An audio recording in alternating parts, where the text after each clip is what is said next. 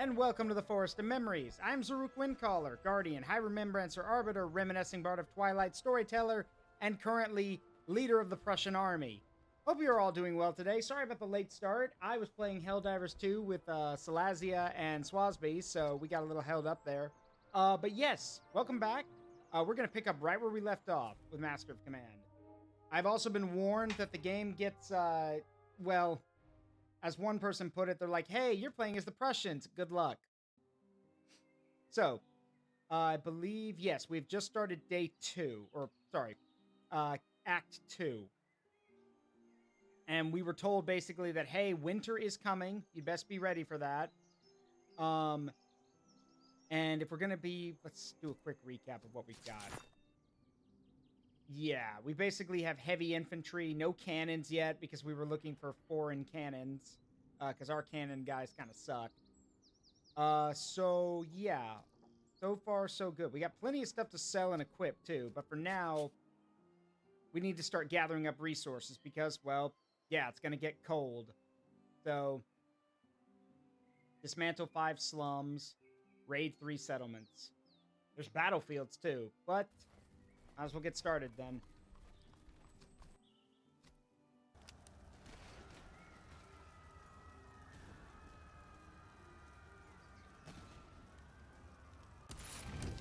Alright, that's one. On to the next one.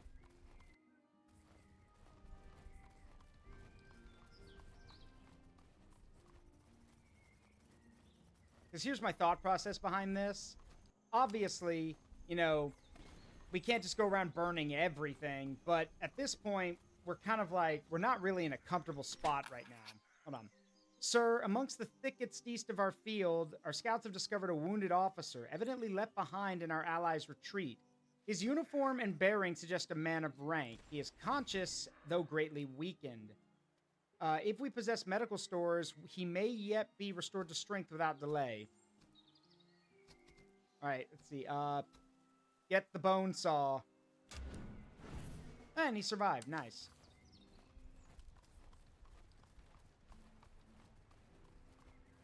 Probably had to saw off a limb, but we got him. Alright, we know about this one. Face an enemy field army, heavy line infantry. Send a detachment to rescue our allies. We don't have any artillery, so we'd have to fight this one.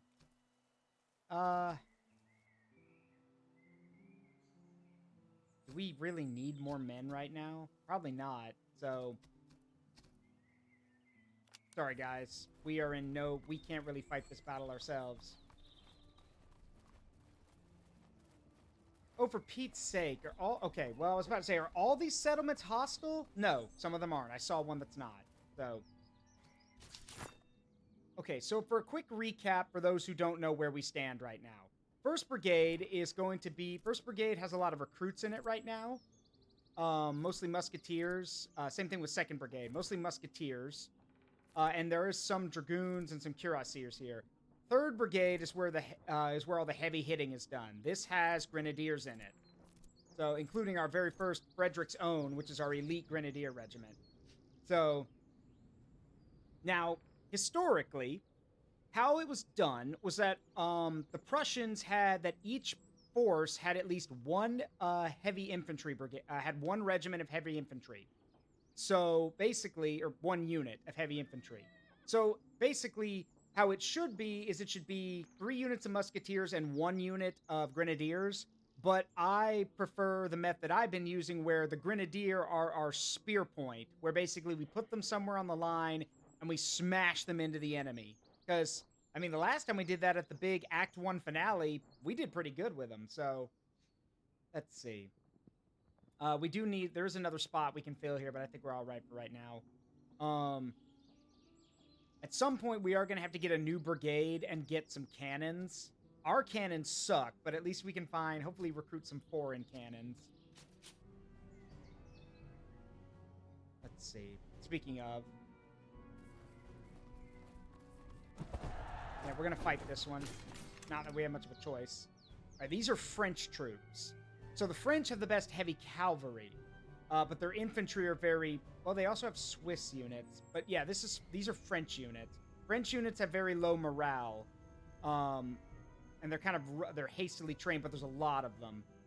Their artillery's okay. It's their heavy cavalry that's scary, and they don't have any. So we have the cavalry advantage on this one, which is definitely going to help. Yeah, company! And it's battalions. Battalion! Company! Like, but the leading officer will call for the battalion, and then the lower officers respond with their companies. So that's why you might hear, battalion, halt! Because it's battalion, then you hear company, halt! So, all right. Oh, this is, lots of trees. That's not a bad thing, but that doesn't help us much either. Well, okay, it kind of does. It means we can shield ourselves from their cannons. Great. Okay, let me think.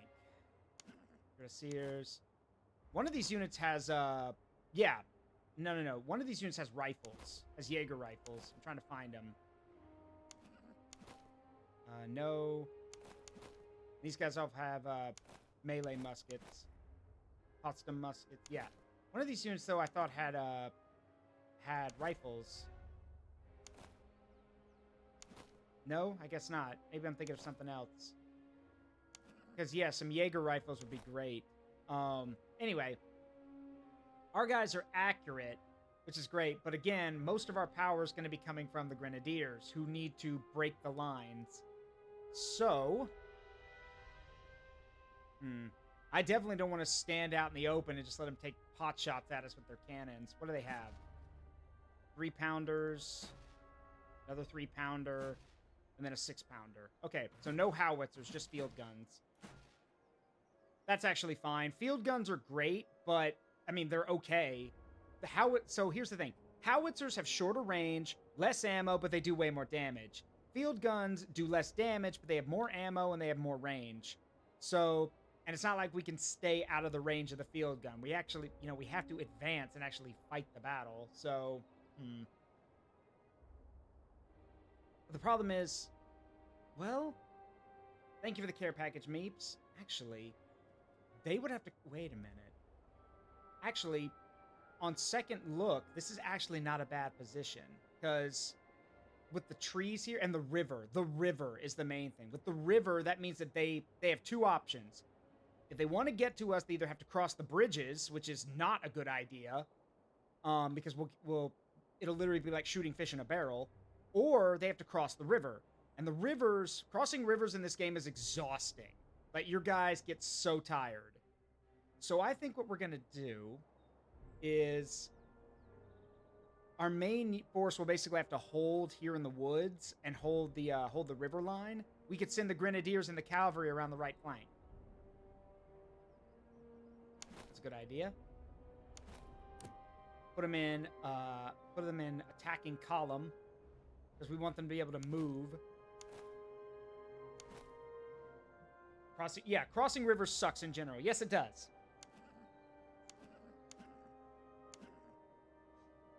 Didn't you fought on a similar map? No. The last map, the map you're thinking of, had a similar river, but it didn't have nearly as many trees. It also had a town that we were kind of anchored in. And there is a town here, but the town, if I saw correctly, is... There should be a town here. Okay, well, never mind. There's farms. Oh, no, here it is, over here. There's a little village or town over here. On our right flank.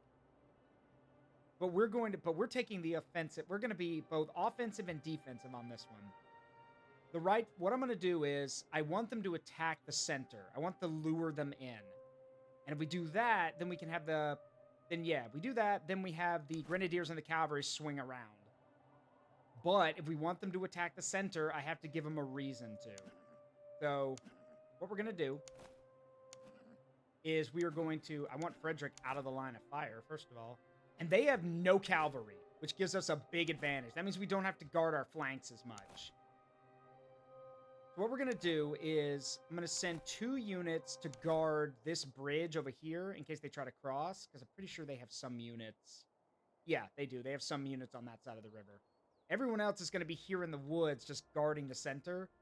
And again, if they want to cross the river, that's fine. I'm just going to be shooting at them. So that's their choice if they want to cross the river under fire. which is a bad idea. But whatever, their choice. Majority of our striking force is over here on the right. So, when can you deploy the hero unit George Washington? Wrong day and age. This is actually before the American Revolution. This is the 7 Years' War. Now, that said, George Washington does play a part in the 7 Years' War. He's over in the American colonies, leading the British against the French and the Indian forces. So he's there, but he's not. This is all about the 7 Years' War in Europe. We call it the French and Indian War, but the rest of the world knows it as the 7-Year War. Anyway, let's see if we can't. Yeah. Now, more than likely, the left flank is going to buckle, and we'll have to pull it back in, but there's cover here, which helps. All right. Let's get marching. Get the cavalry going first. And then the grenadiers follow behind. Now, they will most definitely... Wait a minute. Are they moving to... No, they're not. I was about to say, if they move to counter us on the right, then it gets a little bit more complicated, but nothing we can't handle.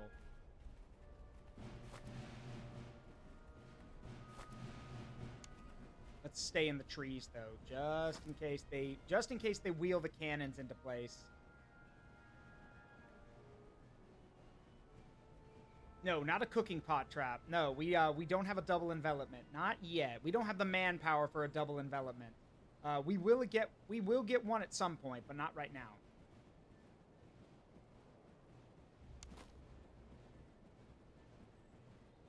All right, now we just watch the river.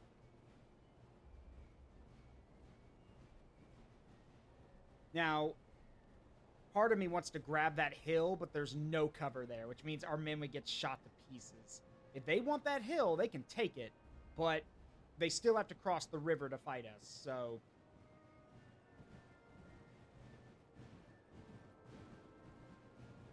Now, what we're going to do here is we're going to give them a choice.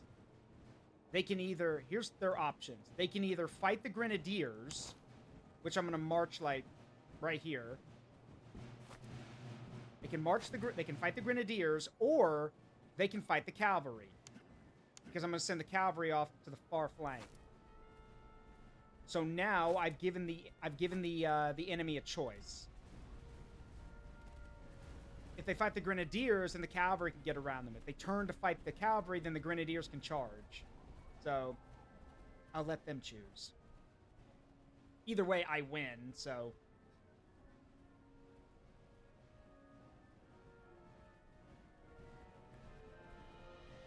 What the hell is this? What the hell is this? What are you doing?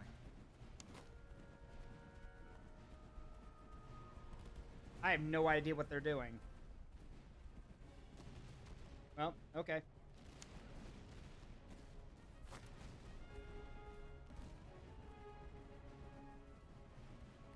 Now, these are Fusiliers. These are good soldiers. Well, pretty good anyway.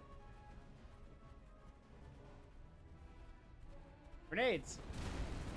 There we go. Again, we're not winning a shootout. That's not the point.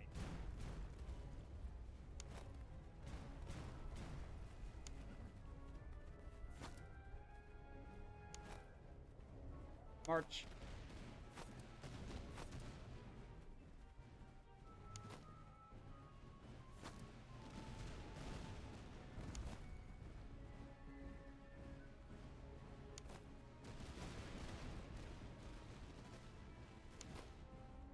Get him, boys.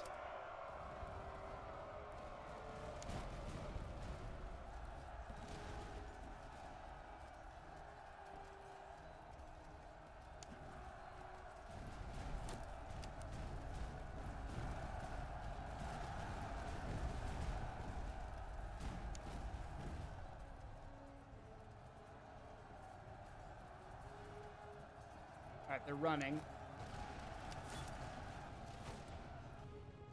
And this is where the cavalry comes in.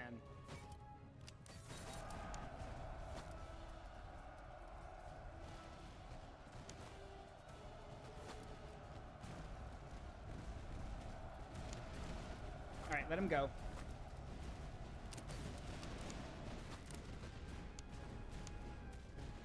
And now you can hear the cannonballs bouncing. At least I hope you guys can. They've, yeah. Now, yeah, I thought so. They've shifted their attention to the grenadiers. That's fine by me. Here comes the cavalry.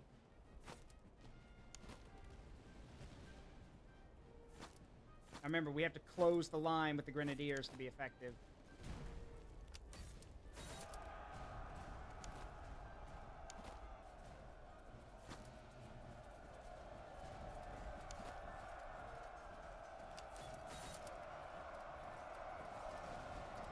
And this is all the time we need. Go, go, go. Go, boys, go.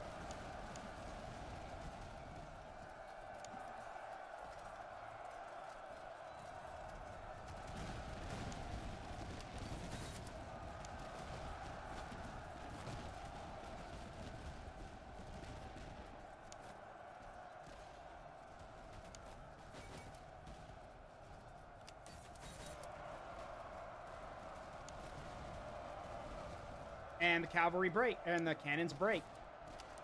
As these guys are not, well, technically, the cannons should be trained to stand their ground, but I guess nobody bothered to teach these guys that. Then again, they are French. Running away is what they do best. I apologize. That's not fair. That is not fair. I should not be saying that. That is not fair. And that's another shattered unit. Good job, boys. So their entire right flank just collapsed. So no, don't charge across the river. Just shoot them. It's fine.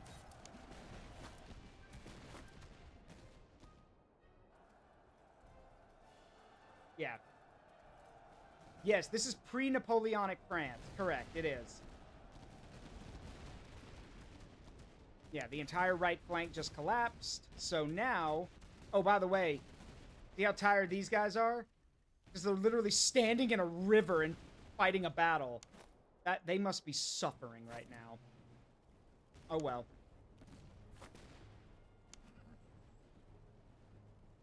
And with the entire right flank basically collapsing, this means they have two options. Either they need to... Well, run. Run is the first option, which...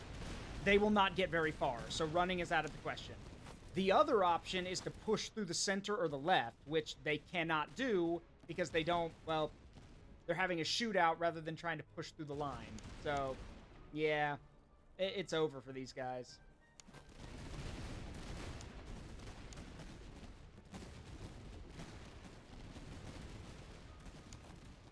All right, let's see if we can't, let's see if we can't twist our line a bit. Because we're getting shot up.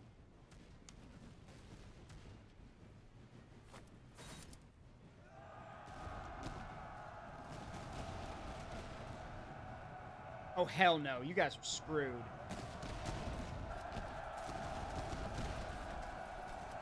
Yep, they're done.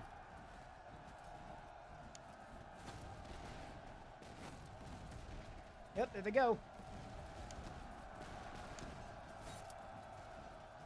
Which means they're going to run smack dab into the grenadiers who are waiting.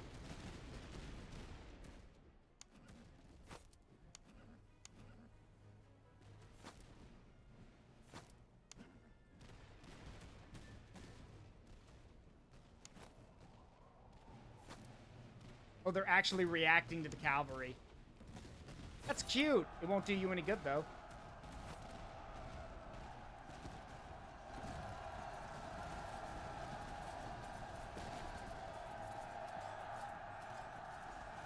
Yep, there they go. And then on the left, well, things are not going well for these guys either.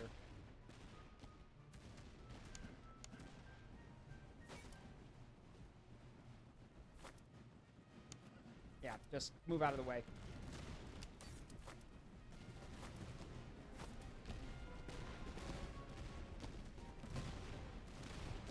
Just that the cuirassiers take pot shots at him as they run off.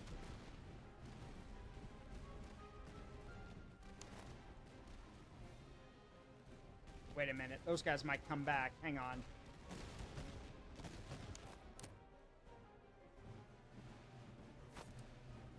Yeah, those guys might come back. gentlemen, let's give them an idea of why that's a bad idea.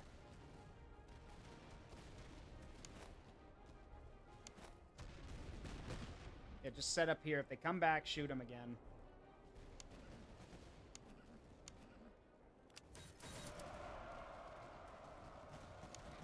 Alright, now over here. I'm just gonna yeah, let's just hack them down. There we go. Alright, so those guys are shattered. They're not coming back. Now the problem here is that moving our horses across the river will tire them out. So we have to be a little bit careful with how we do this.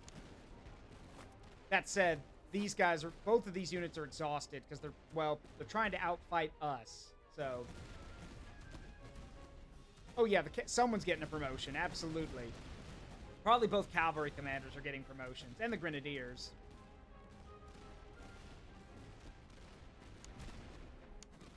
They were like, yeah, I don't even have to charge.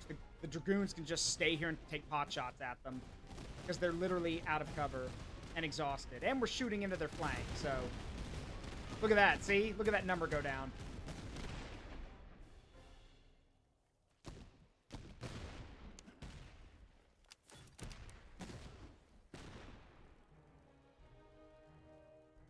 I want to wait for these guys to reload their weapons.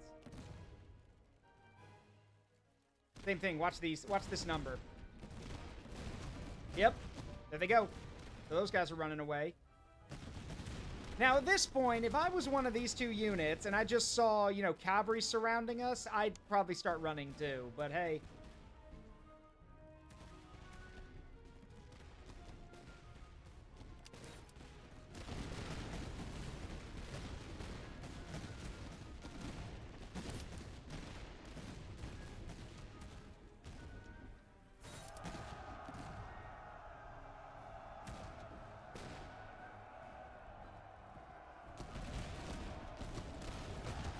There we go.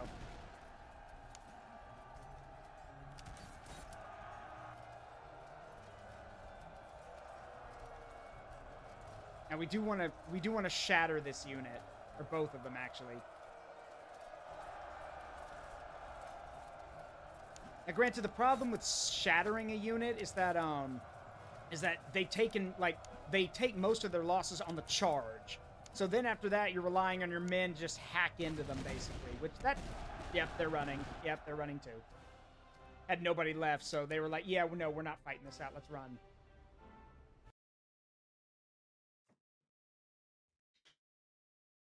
Well, now. That wasn't too bad.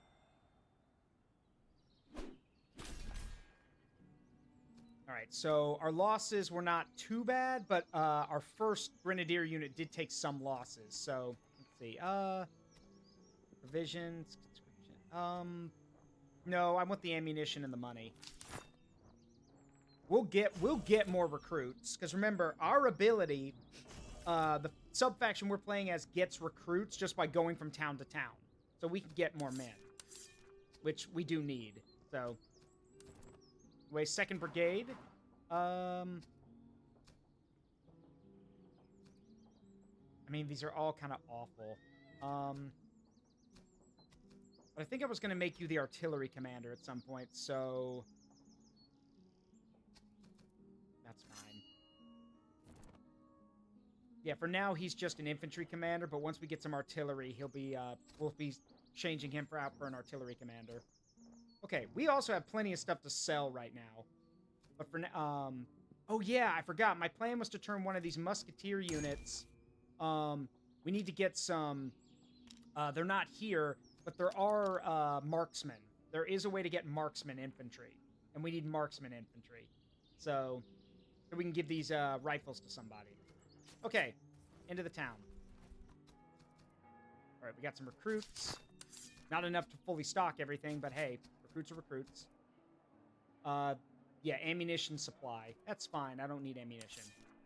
Prussian Grenadiers. Freikorps veteran musketeers. No. I need, I want Jaegers. So, like, I need recruits or Freikorps Jaegers. Because these guys, yeah, these guys. We want Jaegers, who are light infantry. Marksmen as well. Now, there is a unit that's really, there is a faction that has really, well, okay, it's the Russians. The Russian Observation Corps have the best light infantry right now. But we're fighting the French right now, so probably not going to find any of them. We can sell some of the stuff, though. Some of these things we picked up. All right, now before we burn this place to the ground, do they have anything of value? Ooh, reload for the artillery, stamina. Ooh, yeah, I'll take both of those. Actually, that's actually pretty good. Thank you. Nothing really in the state. Well, yeah. Okay, take those.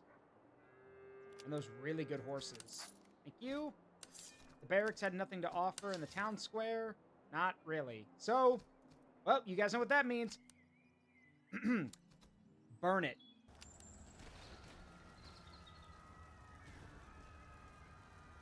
Burn it all to the ground. All of it? All of it.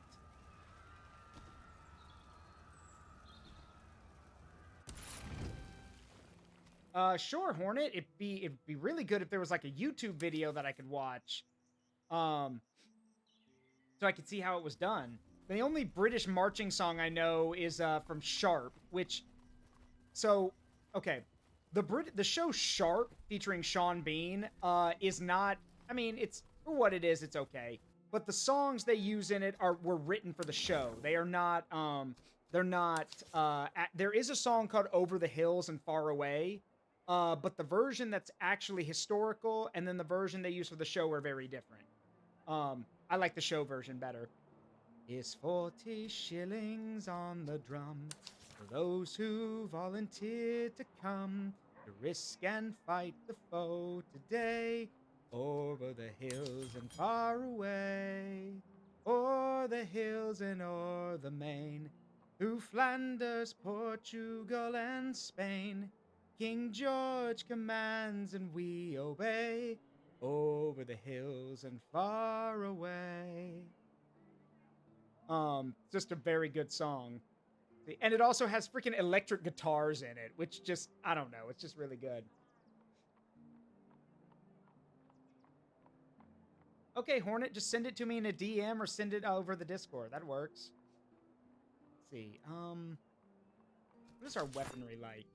Because the thing is, with the Grenadiers, we're not looking for them to be accurate. We are looking at them to have really good melee stats. So, okay, let's give you one of these. Yeah, excellent melee. Again, they can fire a few volleys, but I'm not looking for them to, like, you know, have a knockdown, drag-out shootout. Their job is to just get in close, fire 1 or 2 volleys, and then blitz. Just blitz into people. Blitz. Okay, so are you selling any... No, no, no. Great range, poor melee. Let's see. Those are good gray Tula muskets, but Russian. Blech, Russian. Correct. Fire 1 volley, fix bayonets, and get to work. Yep, that is exactly it. Which would be but they are selling a good bayonet. Yeah, we do. Some of our guys do need better bayonets.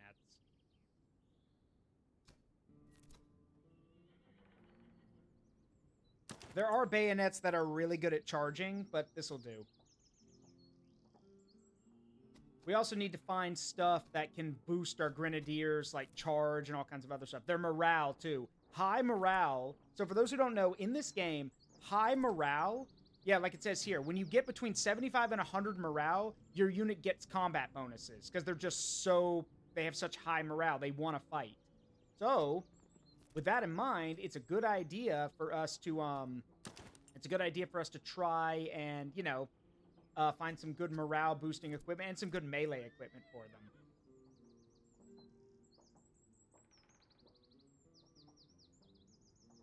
I don't know why I gave them that. Is there anything, like, on charging? Yes! That'll work. That's good. I've seen people who have been playing this game who have literally... I'm not joking about this. I've seen guys play this game who've literally made the equivalent of Space Marine Prussians, where these guys have unbreakable morale and are so goddamn terrifying when they charge that units literally fight them for about 5 seconds and then run for their lives. Which, that sounds about right, honestly. Because the Prussian Grenadiers at the time were scary. Like, look, it's already terrifying enough to see a dude who's practically a giant compared to you. It is something else equally terrifying when you watch these guys get shot, and not only do they not stop coming, but the moment they get close enough, you shoot them, and instead of shooting back, they put their bayonets on and charge you. There's something terrifying about that. At that moment, you think, oh my god, these guys are not even human. And to be fair, they kind of weren't at the time. It was very, like, they were terrifying for good reason.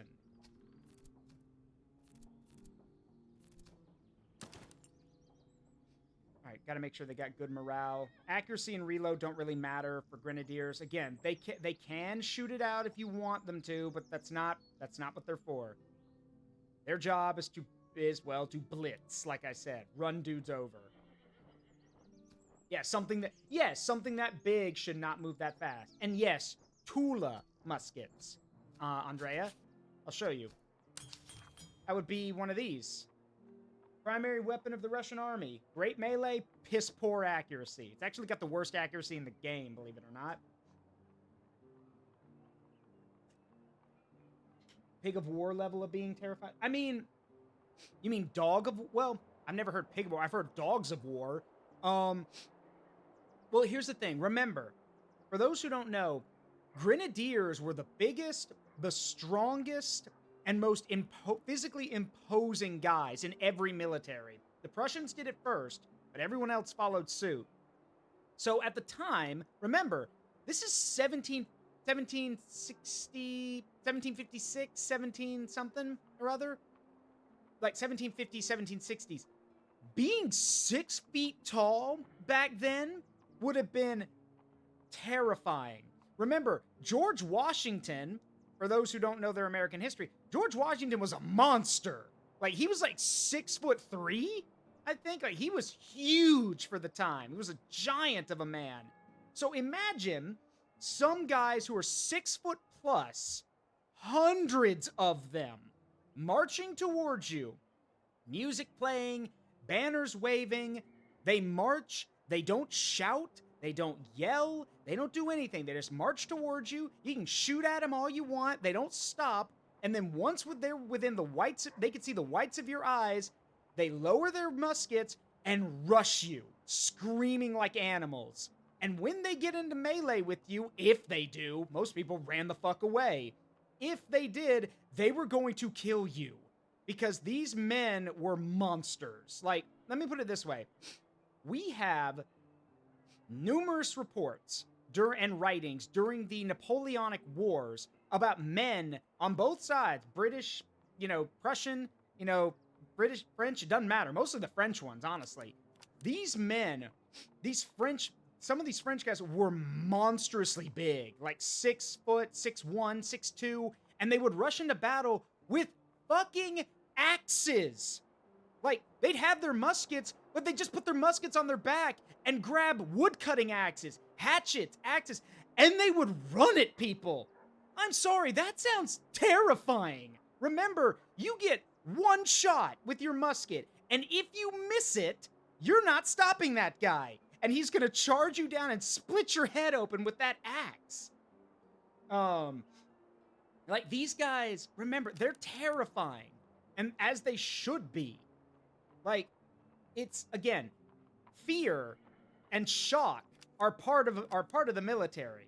Whether people want to admit it or not. Sometimes when you're scared, sometimes being scary is a good thing. And yeah, the Prussians figured it out really quick where they're like, big guys walking up and then charging people. That's terrifying. Let's do it. All right, do you have anything that... No. Do you have any... Like, okay, they've got Okay, I will admit, it's kind of funny how bagpipers are your charge and morale musicians, which, I mean, that makes sense. Some of the scariest, like, heavy infantry at the time were the Scots, from the British, and they marched to bagpipes. And, fun fact, this is actually, I actually think this is really cool. Fun fact, during the American Revolution, hold on one second.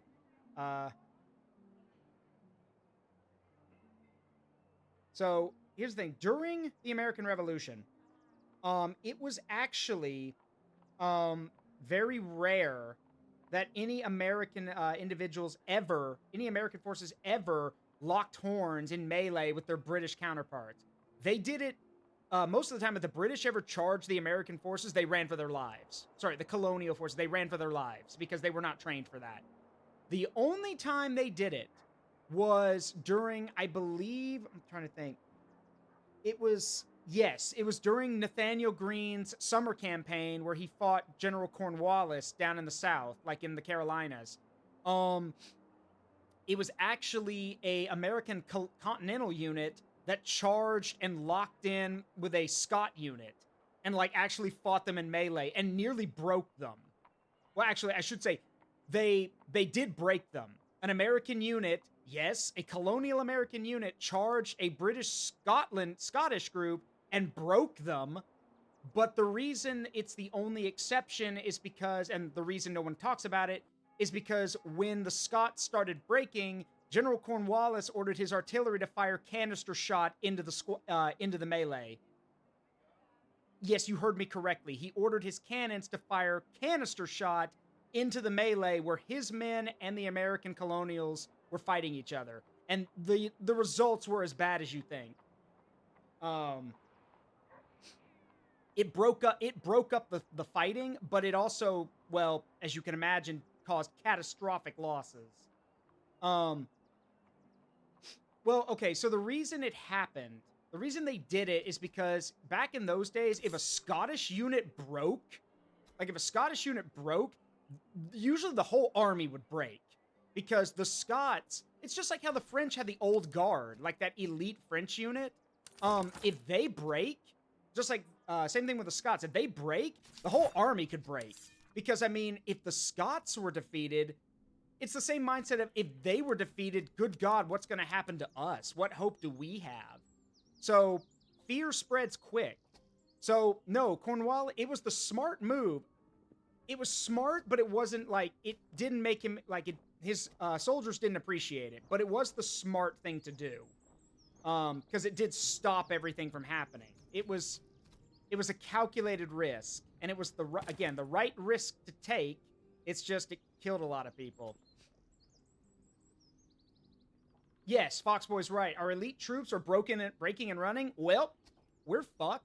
Yeah, because if the elite troops couldn't stand their ground, what does that say about everyone else? In fact, the final event of the Battle of Waterloo, like the big turning point of Waterloo, is when the Old Guard, the most elite French unit in Napoleon's army, like the most veteran unit he has, marches against the British line. They are driven back. They are driven back after a number of volleys. I think it's like 1 or 2 volleys, and then they break. And upon breaking, the French soldiers begin to yell to each other, "Le garde, le coup!" The guard is retreating. And if the Old Guard, the veterans, the best of the best, the Imperial Guard, were defeated and are running for their lives, not falling back, running for their lives, then that does not look good to the rest of the army. And immediately upon seeing that, the French army breaks and runs. Except the Old Guard does have a last stand. They do rally together in a last stand and basically fight to, like, I think the last, I don't know. So someone will have to check this. I don't know if they fight to the last man and are killed, but they do form a square and basically get completely surrounded. And history, if I recall correctly, says they were slaughtered to a man, because they were told the guard does not surrender. And so they were cut down because they wouldn't surrender. But again, history's weird like that. I mean, for Pete's sake, the Waterloo movie wants you to believe that an old guard member yelled when the old guard was asked to surrender. One of them yelled "Merde" in response, which did not happen. That is literally that's propaganda. Like, the actual quote is the guard bends, but the guard does not surrender. And if my memory is correct, they were all slaughtered, which is, I mean, yeah, that, again, you weren't going to take them prisoner. They were literally going to fight to the last man. So the only option is, okay, well, if that's how you feel about it. Which is why, if you go and watch the Waterloo movie, the last thing that the guard do is when Wellington comes to ask for their surrender, they don't. They refuse to surrender. So Wellington, with this very, this first a look of sadness and then a look of, well, okay then. They move aside, and it turns out that while they've been negotiating with the guard, there's literally British cannons surrounding the whole square. And the moment the British cavalry are out of the way, all the cannons fire, canister shot into the square at point-blank range. I don't need to describe how horrifying that would have been. That would have ripped apart God knows how many men, and anyone who survived would have been easy to get rid of. So, yeah. The point is, though, is that if an elite formation breaks at this time, then the rest of the army runs too. Because that's morale. Morale is an important thing at this time period. Again, it's just like in real life. Just like today, if you've got high morale, it's possible, sometimes people don't care what the numbers are. We joke about the whole, sir, we're surrounded. Good, we can fire in every direction. If you've got high morale, you don't give a shit about the numbers anymore. What matters then is that you just think, we're the shit, we're gonna win this. And motivation helps, especially back during this time period, where men, remember, some of these guys were conscripted or drafted. They didn't want any of this. Some of them didn't have a choice. So, again, try telling someone, yeah, we just grabbed you off your farm, you're gonna serve in the military. How? Oh, that's easy. We're gonna give you this musket, stand shoulder to shoulder with these guys right beside you, and just march really close to the enemy and start shooting each other. Yeah, you're probably gonna die, but meh, you're dying for your country. So, basically, it was that you really needed to be motivated to do stuff back then. And the way they did it was using the British as an example. The British rewarded soldiers who did crazy shit. If you were able to grab a French eagle during the Napoleonic era, good luck. But if you got one, well, you're getting a massive-ass promotion, and you're going to get a massive-ass stipend. You could probably retire right then and there with the money they're going to give you for that. But there's also the aspect of, hey, if you don't do this, we're probably going to kill you ourselves. Because it was not uncommon, in the British Army anyway, for men to be flogged, beaten, you name it. It was bad. That was because the British military held a very high standard for its army. As Wellington described it, let me put it this way. Wellington led the armies in led the British forces in Portugal and Spain. And he called his men, and I am not making this up, he called them the scum of the earth. He literally said, he goes like, our men are the scum of the earth, and look what soldiers we've made out of them. He loved his men, but they were scum. And he knew it. They were the scum of the earth, but damn it, they knew how to fight. So, and that's why that's why a lot of the men liked Wellington. Wellington didn't waste his men. He, in fact, in Wellington's, this is really cool, in Wellington's journals and journals and memoirs and all that stuff, he actually writes later on in his life, when people asked, he was writing about Waterloo, he mentioned, I wish I had my Spanish and Portuguese, the army that I took into Spain and Portugal, because if I had that army, I would have kicked Napoleon's ass before the sun had even gone down. Because those men were all veterans. They were all elite units. They knew how to fight. But the army he had at Waterloo was brand new. trained well, but untested. So, yeah, no, Wellington was like, I wish I had my scum of the earth back. I probably would have won this even faster.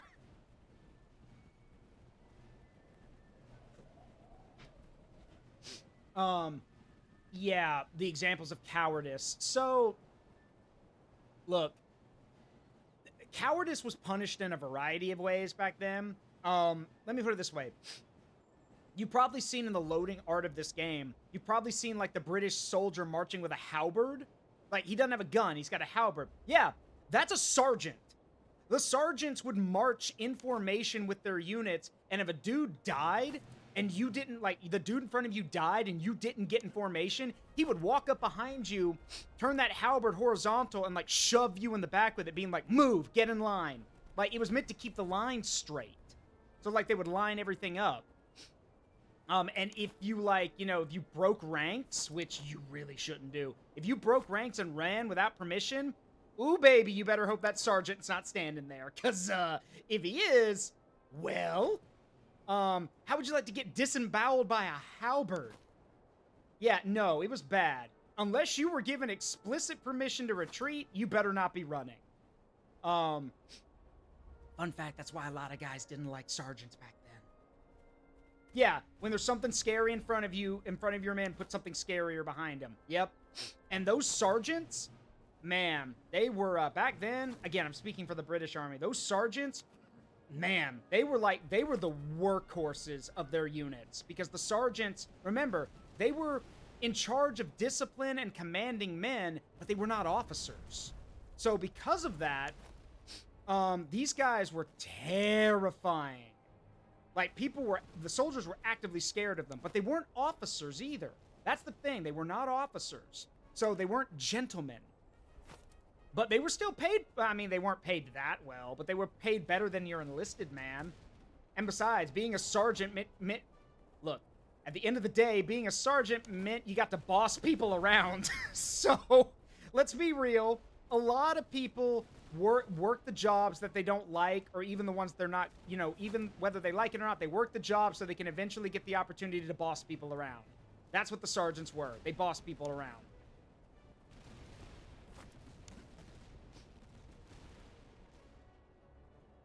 And yes, there were a variety of different sergeants. Color sergeants, advisor...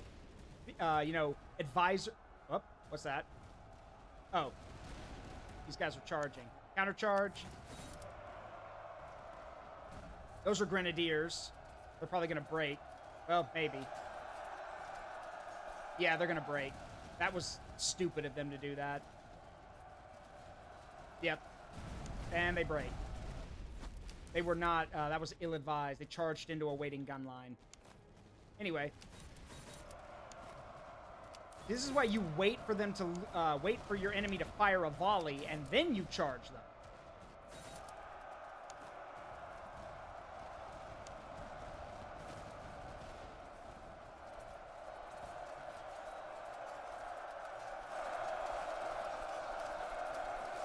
Because if they can't get a volley off, then, well, better for you.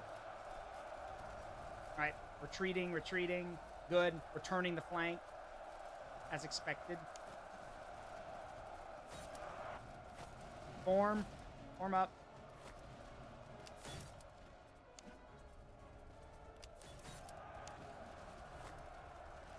And now I'm going to let the cavalry clean up the rest.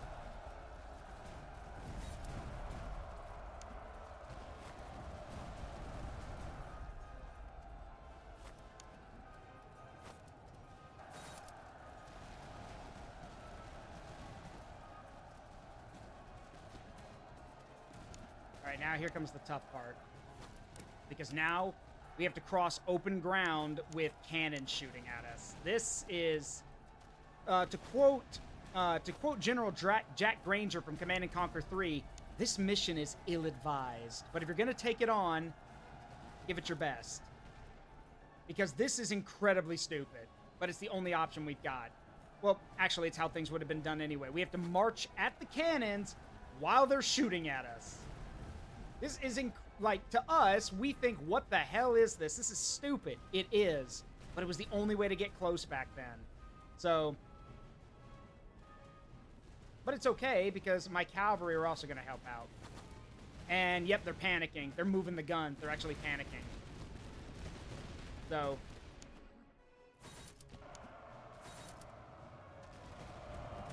Yep, there they go.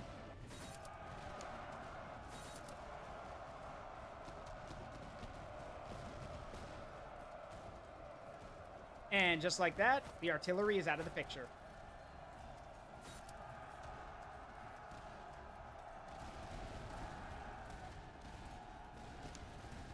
Job done. Job's done. There we go. All right, spread out. And now with the cannons out of the picture and their lines basically broken, we now have full control of the battlefield. So this is good. We can now, with everything like this, we now have full control of the battlefield. And we can set up however we want. So I'm going to have the cavalry go this way. Now, the battle's not over. We could still lose this, but I think we're going to be okay.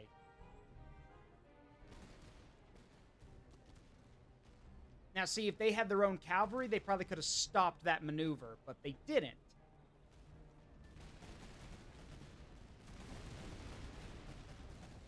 Yeah, insert Dornan screeching about how he works for a living. Yes, the sergeants worked for a living, and, to be fair, yeah, I am not a sir, I work for a living. Yeah, but to be fair, back during that day and age, men wanted to be officers. They wanted to be officers because if you were an officer, that meant that you had aspects outside of the military, and it also meant you got officer pay.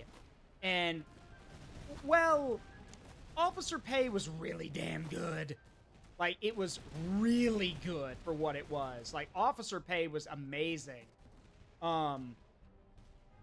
And remember, if you were an officer, that probably meant that after you got done with your service, you were going to go back and had another career. Maybe in politics, maybe in a business, something of high standard. You know, something like that.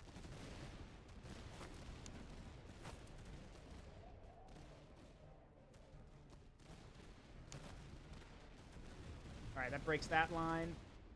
Those guys will break in a second.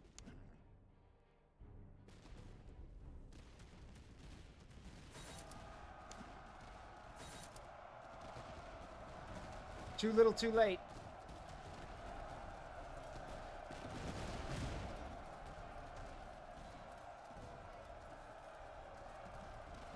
All right, those guys are breaking. We're close to it. The Grenadiers are still here, which is surprising. All right, commit.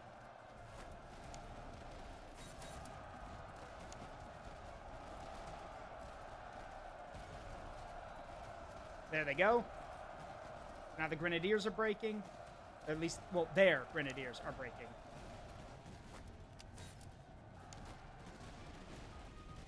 And now at this point, it's just, well, yeah. Yeah, it's over. It's over. Yeah, it's clean up.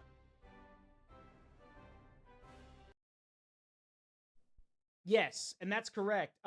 Yes, most armies were made up from the poor and the homeless people, so getting to sergeant was a big deal. Like, you were actually making something of yourself, which is why a lot of sergeants stuck around. Because, so you could have sergeants who were, like, 10-year veterans of the military, maybe even longer. Because to them, it was their way out of things. It was a way to have a good life. And you know what? They were happy with it. And remember, some sergeants, like it was mentioned, some sergeants, if they were really good, if they were veterans, then even if they were just a sergeant, they still had a lot of say in things because they were just that good. Veterancy has its perks, after all.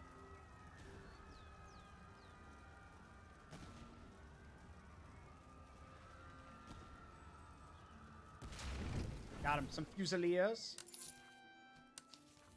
So let me put it this way. Veterancy has its perks because don't forget, even in the modern military, a smart officer, mind you, a smart officer is the one who will be like, hey, let's say they come from West Point or something. A smart officer is the one who goes, hey, I just got off the boat. I don't know what the hell I'm doing. I want my sergeants to report here and tell me everything. Because those sergeants have probably been there a lot longer than you. So... Anyway, we're going to take those. We do need some grenades for our guys. So we're going to buy those. Also going to sell you some stuff.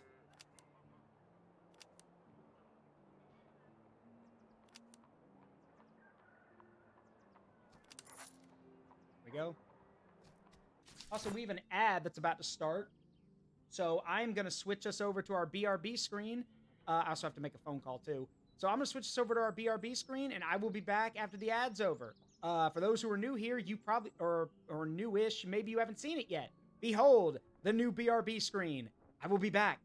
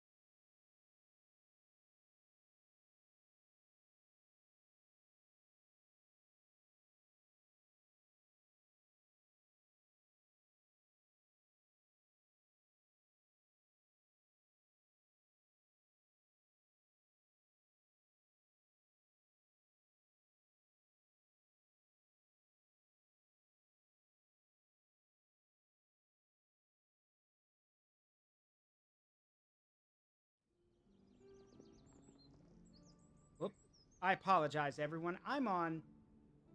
They've got me on hold with a damn call right now, so I apologize. I will be back in a bit, okay? Like, I'll be back in a sec. So, be back in a bit. I apologize.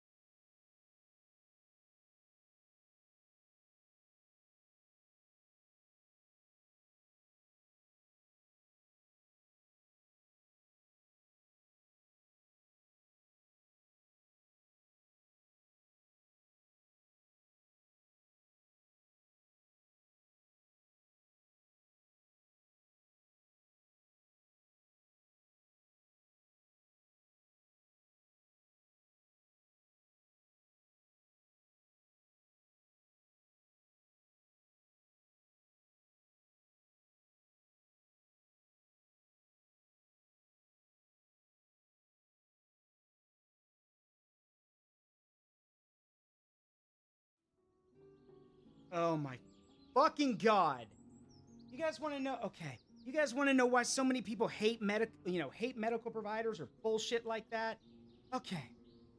Let's take a minute here real quick so I can calm down. The doctor that I normally see, my psychiatrist, who's, because I've told y'all I'm on the spectrum, so I do need to see a psychiatrist because mainly he just wants to see how I've been doing, prescribe medication, that kind of stuff. He's retiring this month, okay? The last time I saw him a few months ago, last year, he said that, hey, I know you're going to be moving soon for the job, so, get in contact with me and I will try to find someone who I can connect you to up where you're going to be for your new job. And so, knowing that, when I was talking to these people, because they were like, hey, we want to, your doctor's not going to be here in April, so we want to, we want to verify like a new provider or stuff like that. So I told them, hey, I'm not going to be here. I'm going to be in a completely different city with a new job. And I was told by my doctor that there were some people in this new city that I would be able to work with. And this, first of all, they had me on a fucking hold for like, bouncing me back and forth. And then this person's like, yeah, we don't have anyone where you're going to be. Like, we've got someone here and like, where you are now. And then someone closer to you in this other city, but it's still going to be like 2.5 hours away. And I'm like, no, I was told that I wouldn't have to go to those appointments anymore. This is just someone who can verify my medication, ask me if it's okay, not a face-to-face kind of thing. These fucking people, I swear to God, do go out of their way to be the most unhelpful people in the world. Because she was just like, well, yeah, I don't know what he's talking about there. Like, we don't have anyone in that city you're going to be in. Just then fucking ask him. I know where she is. I know the building they're in. My doctor is literally 2 steps away from that office that she's calling me from. She could literally get up and go in there and ask him. But nah, I can't be bothered to do that. So I just told him, you know what? I will get back with y'all when I figure this out. Okay? I swear to God, it's just so damn irritating, this kind of stuff. Like, at this point, like, what I'm going to do is I'm just going to have to send my doctor an email, probably tonight so he can get it tomorrow, and be like, hey, okay, how are we doing this exactly? Because, like, I am not going to be able to drive from the city to come to to keep doing what we've been doing. But according to the administration, like, they were like, well, that depends on your medication. That depends on a lot of all that stuff. No, fuck you. I am in my 30s now. I do not have to come in and check in with someone personally every few months just for that kind of stuff. You can call me over a phone. You can contact me via Zoom. I do not need to because put this into perspective for y'all, it is 3 hours. 3 hours from where I am now to where I'm going to be moving, hopefully. So there ain't no goddamn way in hell that I'm going to be driving 3 hours more than like, I don't know, just, regularly to come and confirm something that could be done over the phone or stuff like that. Just, I'm just going to give him an email because the plan had been that he would point me in the direction of providers where I'm going to be. So I'm going to call him. I'm going to email him, basically tell him, Doc, our plan was you were going to write me prescriptions that were going to last me till April. I've got, I'm going to be moving soon. So is there anyone where I'm going to be that you can recommend to me? And if you can't, is there something we can do? Like, how is this going to work? Because I can't, I'm not going to be driving back here for these damn doctor appointments. Like, I can't do that. Because, to put this in perspective for y'all, it would be a 3-hour drive to where the doctor is, an hour for the appointment, and 3 hours to go back. I would literally be missing a day of work. No, fuck that. I'm not doing that. So, just, bleh. And the dumbest thing of all is I call back the number they were using, to get in contact with them. And this woman's like, hey, well, who called you? And I'm like, I'm literally calling you on the number they gave me. Like, this is the number you used. Well, it wasn't any of us. Do you, what's your name? What's your date of birth? Like, where do you go to see your doctor? I'm like, and I told her, I'm like, okay, why are you asking me this when I'm literally calling back the number? Oh, wait, it's because you literally have a robo system that doesn't connect you to anybody. It just says, welcome to this administration, blah, blah, blah, and then makes me punch a bunch of buttons so I can't directly call anyone. Like, blah, whatever. Just sorry about that. That's why it took so long. I apologize. Blah. Just, blah. I hate dealing with that shit. So, hopefully, like, tomorrow or tonight after stream, I'll send him an email and we'll get that clarified. But for Pete's sake, it really, I swear it should not be that hard to do that kind of stuff. And yet it is for some reason. It really shouldn't be that hard. Ugh. Yeah, people wonder why we hate the systems or hate the providers. Like, I wasn't trying to be rude to that woman, but at the same time, I'm like, ma'am, like, you're, like, I kept thinking, I'm like, you are literally pushing every button I have right now. Can we, like, you know, can you at least, and also, maybe it's just me, but, thank you for the care package. Maybe it's just me, but if you're talking to someone, maybe you should act like you care. Because the whole time I'm talking to this woman, it's just, you know, very dull or droll voice. Like, you know, this whole, oh, I'm sorry to hear that. You know, I'll do, you know, what can I do to help? And I'm thinking you can get off your ass and maybe do something. But whatever. Just, it's annoying. Ugh. Just, again, and people wonder why we hate a lot of these medical providers and everything. Like, maybe if you guys actually acted like you cared, that wouldn't be a problem. Oh, well. So we are going to... Still don't have any artillery, which sucks. I do want to form a new brigade soon, but we need artillery. Let me think. Yeah, these are all... Ooh! Veteran Jaegers. Perfect. I'll take them. Yeah, I will take them. Thank you. They're expensive, but they're worth it. All right, get that new brigade set up. So... You're a cavalry commander, so... Move speed. Cavalry act. I'll have to do some major restructuring. Well, actually, maybe not. Hang on. 4th Brigade, so we can reassign some of the cavalry. So, hang on.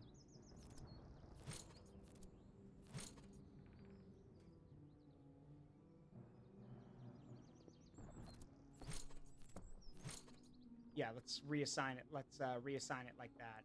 And then we've got these veteran Jaegers who will benefit the most from melee damage, stamina, move speed, stamina, veterans.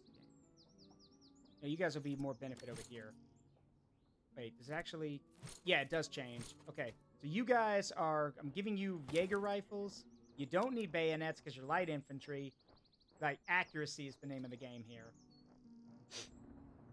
Jaeger, okay, so Jaegers, Jaeger is the term given to light infantry skirmishers for Prussians and for Germans. It does mean hunter in German, and these men are basically they can be scouts, but their main job is to basically pick people off from a distance. They will basically engage from long range with rifles, usually, hence why they have Jaeger rifles. Which is what I want. So we want them to be accurate.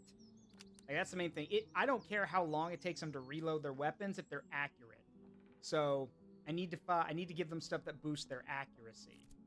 So let's look through stuff here that'll boost it. Yeah, that'll work. Sorry, you guys don't need that. I will give you this one, though. Anything that boosts accuracy is good for them. No. Anything here? No. That's for morale and stuff like that. No. Nope. We want the Jaegers to be accurate because you can basically, if you plop Jaegers down in a good spot and just leave them to it, they will basically just start banging away with rifles and they'll pick guys off, like, left, right, and center, which is what we want. We want them to be accurate and, you know, with their rifles to be able to pick off, like, again, if every shot's a hit, then that's another dead guy. So, all the better. Cover bonus, max range. No, I'm trying to find... There's got to be something in here for accuracy. I do want to give them, but I do want to give them cartridge boxes so they can, so they won't burn through their ammo as quickly. Yeah, we might have to keep looking. Do you have anything for accuracy? Yes, that's for reload and accuracy. But not exactly what I'm looking for. We need to find a officer or someone who can actually be attached, like a marksman unit that can be attached to them to boost their accuracy. All right, let's get going. Having Jaegers is good though, so that helped. Pay for local intelligence, pay for full military intelligence. Yeah, no, pay for full intelligence. Wait, also, let me think here. Dragoons, cuirassiers. You're dragoons. You need carbines, which we do not have right now.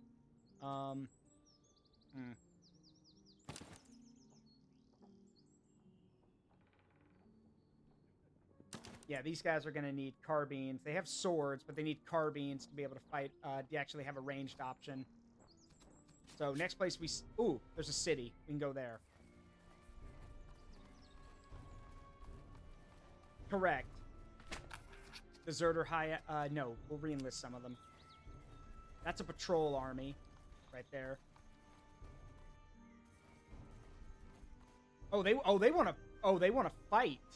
That's new. Most of the time, if you outnumber a patrol army, they don't want to fight. These guys do. Okay.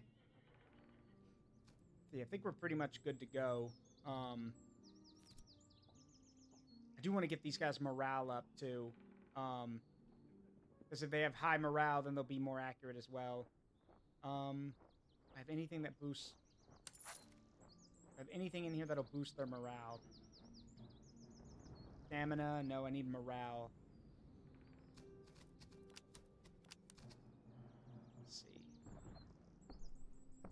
Morale damage. No, that's morale damage. Ooh, that'll work. Bags. Anything else? Attrition, move speed, accuracy. Ooh, yes, accuracy. And then anything else that'll give them morale? Not really. Everything else is more... Yeah. Okay. Well, if we find any more, we'll give it to them. But right now, they're the most accurate unit I have in my army. So, that's pretty good.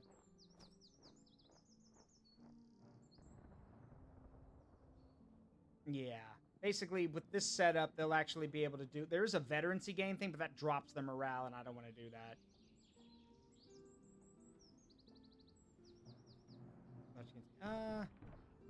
Yeah, I think you guys will be fine. Actually, no, that'll help. There we go. Okay. So, fine. You want to square up? Let's square up. All right, this is a...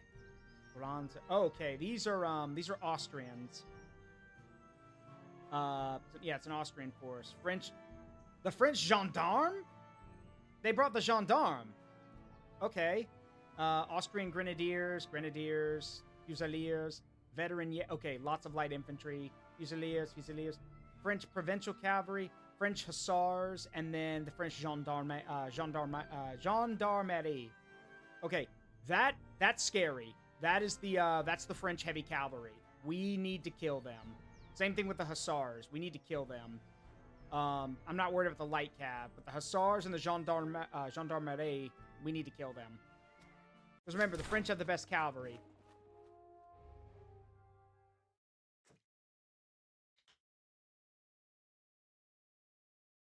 We also need to be very, very careful because cavalry will run right over light infantry. So we need to be very careful with them. We don't want to lose them. We just got them. And remember, if a unit is completely destroyed, you lose all their stuff, too. We don't want to lose those rifles. We're kind of in a crappy position, though. We'll have to deploy to the left to avoid the river. Let's see. They didn't bring any cannons, which is good, but they have an equal amount of cavalry to mine. Except mine are... Well, mostly heavy cavalry, and they've got 2 units of light and 1 unit of heavy. However, their commander's in there. Kill him, and that'll do some serious damage. But they do have grenadiers of their own. So, Now, granted, my grenadiers are better. Like, Prussian heavy infantry is better than Austrian heavy infantry. I'm actually surprised that they didn't bring cannons, because Austrian cannons are the best in the game. But they didn't bring the hammer with them. They brought the infantry and the cavalry. Okay. All right. Let's see. 1st Brigade. Let me see. I wish we could get into the town, but we won't get there in time. 1st Brigade can take... Let's have 1st Brigade take this left field right here. So march in attack column so we can actually get into position really quickly. They can take that field right there. I can get the Jaegers up on this hill and then protect them. Yeah, we can move them up there and get them into position. Yeah, 2nd Brigade can hold the center. And then 3rd Brigade, which is all of our grenadiers, will take the right. But this time, because they have cavalry, we can't really do the tactic of the cavalry and the grenadiers like slamming into the enemy army. Because my cavalry needs to stay with me so I can counter their movements. So 4th Brigade stays in the back wherever we need them, basically. But 3rd Brigade needs to get ready to march. So get into attacking column. I think I'm going to have 3rd Brigade take this position right here. It is a bit forward. I'd rather, have... But if it's forward enough, then that means that they'll hit the Grenadiers first, and then maybe we can counterattack. It's just there's not a lot of cover on my side. That's the problem. I mean, there is here, but that means we would let them basically control most of the battlefield, and they'd get to, like, right in here and have control of everything, and I don't want that.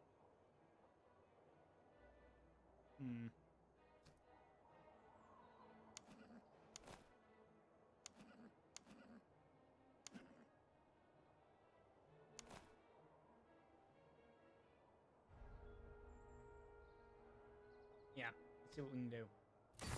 Alright, so 3rd Brigade in attacking column will move up here, and we'll take this position. Now, granted, this does mean that we are a little exposed. If the Grenadiers have to pull back, then they're basically going to get shot at the whole time. However, I am going to deploy my cuirassiers to assist them. They are a bit... I should have done that before the battle started, but oh well. Actually, wait, hold on. I see hussars over there. 2 units, actually, on the right. And the gendarme... their heavy cavalry's on the left. So, yeah, let's move most of the... We'll move the cavalry to the center once everything's in position. All right. 2nd Brigade takes the center. There's not a lot of cover here, but that's okay.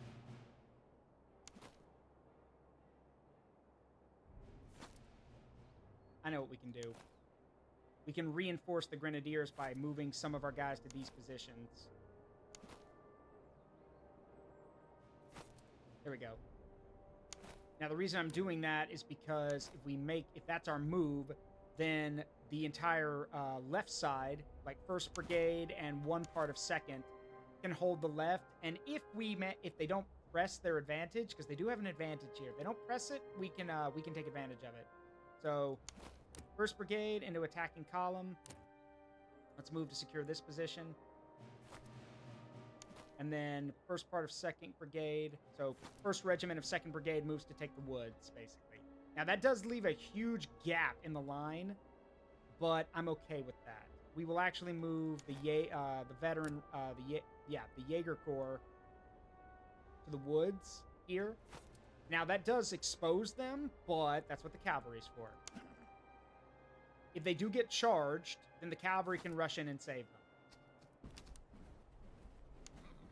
And the Jaegers do march in what's called open order, which means they do more damage, they move faster, and they take less damage, but if they get charged, well, that's all she wrote.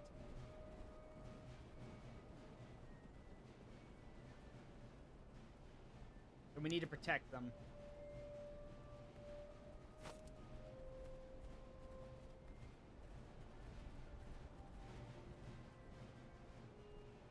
They've got their own Jaegers, too, which is a little frustrating, but I don't think they have...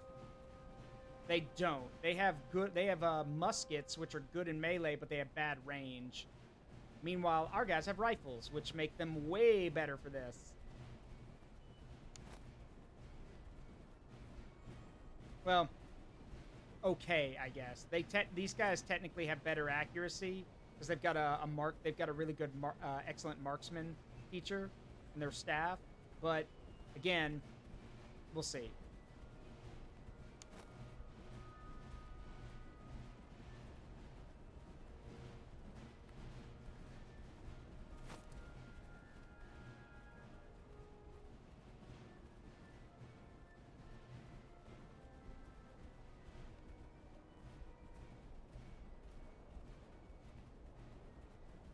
Let's see what they do. Yep, they are advancing.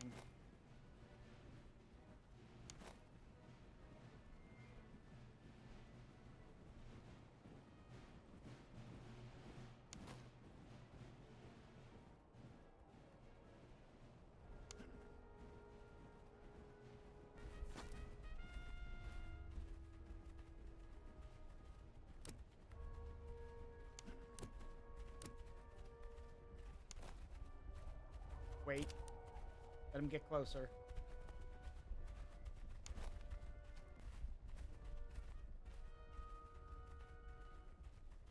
Okay, now let him have it. Ooh, that looked like it hurt.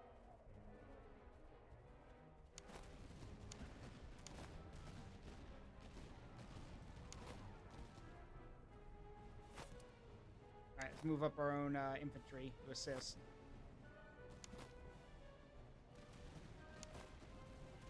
Oh, I see the gendarmes. Let's move our cuirassiers over there to counter them.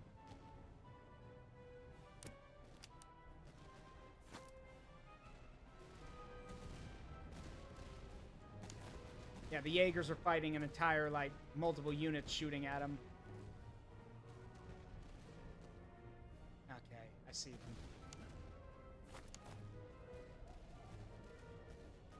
Yep, cavalry's trying to get around us. Wait, charge! Get back.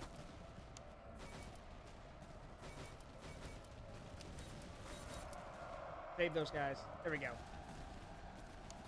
Alright, so we save our dragoons and the cavalry takes over.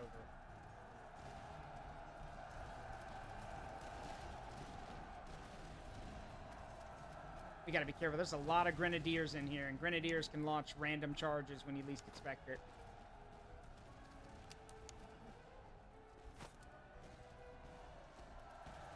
Alright, let them go. Do not engage them. Like, let them go.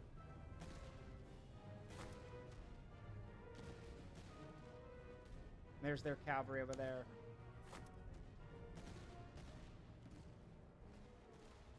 Wait, what? They have 4 units of cav? I thought they only had 3. Oh, right. 2 hussar units. Right. Okay. Okay, might have to put some of our grenadiers in there. Oh, well.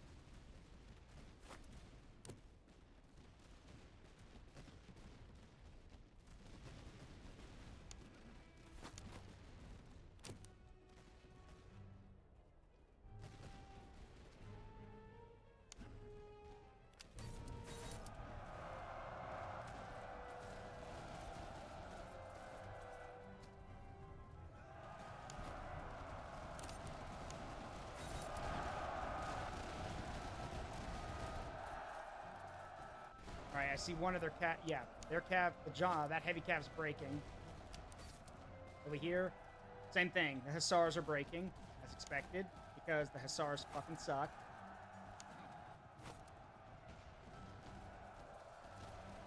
Oh shit, get in there, save those guys. We can't lose those, cannot lose those Jaegers. Get in there. Like, is every... Okay, I know this is ridiculous coming from me, but is every unit of theirs just charging? The French don't... Well, these are Austrians. I was about to say, the French don't do this, but yeah, these are Austrians. Uh-oh.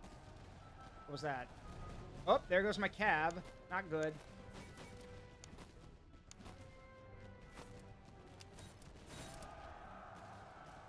Get out of there. Get those Jaegers out of here. We can't lose them.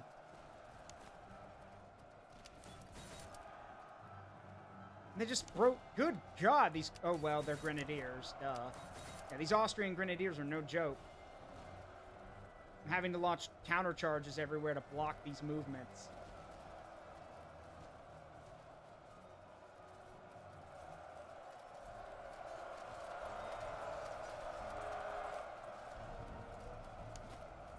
Alright, they're gone.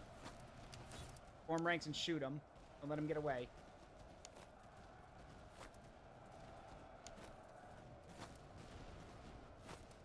Oh, for fuck's sake. Here comes the cavalry. Great.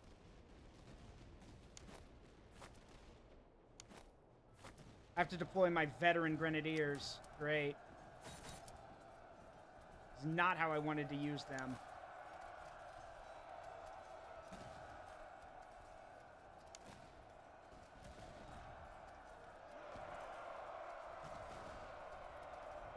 Then again, if this works, we might break the center. Okay. Oh, yep, there goes the cavalry. Turn and engage, please.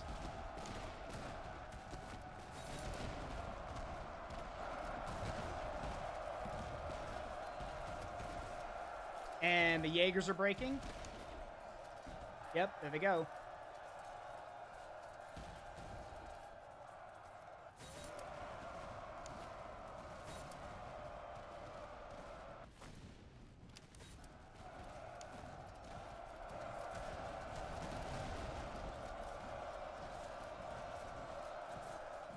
Yeah, I think we just broke the center, which is extremely unheard of in this day and age. To break the center. Because if you break the center, that means you basically, like, usually the whole line breaks apart after that. So to break the whole center is terrifying. But they'll come back. In the meantime, let's see if we can't press the advantage in some areas. Because, yeah, they'll reform and come back, but that gives us an opportunity to act.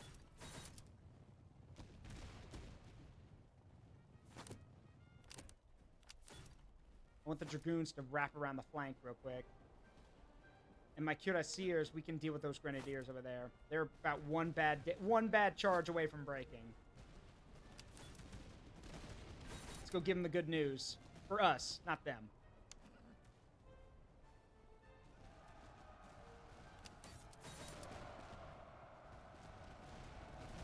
Oh yeah, they're already thinking about it. Yep, there they go.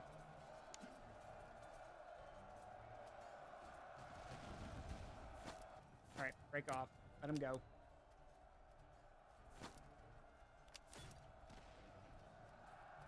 Now remember, in this game, if every unit is routing or running away, you win. So...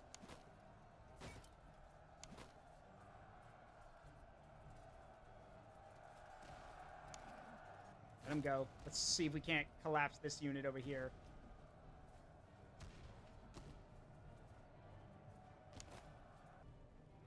Yeah, this is gonna take some time to recover from. That's okay though. Yep, there they go. So they all rout. So the center broke, and then it was just a matter of cleaning up the flanks.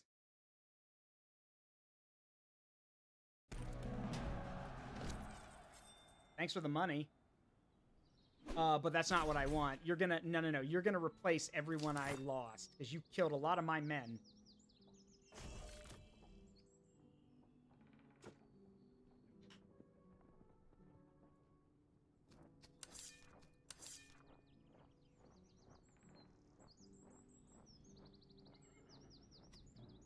Alright, so let's check this place out. In Glan. You have any marksmen? No. Ooh, but you got them. Ooh. Oh, nope. Well, actually, yes, we'll take that. Actually, no, I'll take that one. Give me that one.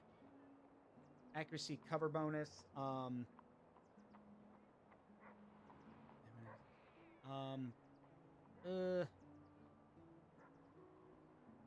Got a lot of stuff, too, so... yeah, land powder muskets, which I don't need.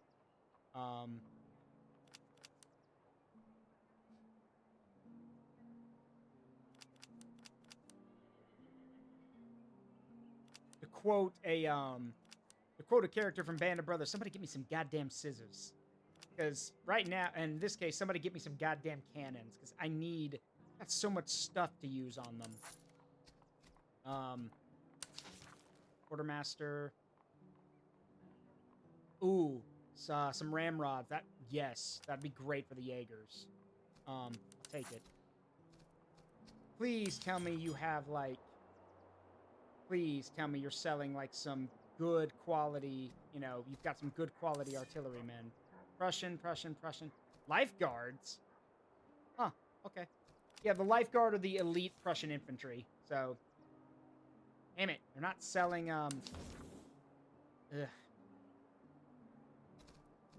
Alright, well, do you at least have any good... Excellent reload? We need carbines for some of our men, so... Or for some of our horses, so... Yeah, that works. The British ones are good. Ooh, some good heavy socket bayonets. Yeah, these are great for melee, so I'll take them. You've done me a great service. I will remember this before I burn your town to the ground. You what? What?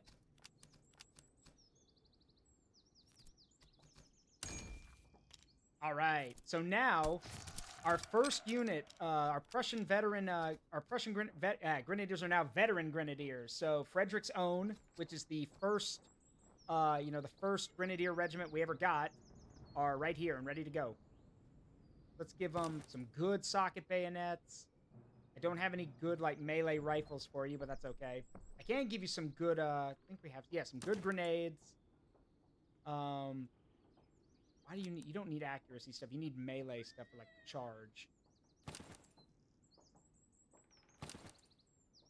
So, yeah, we got that.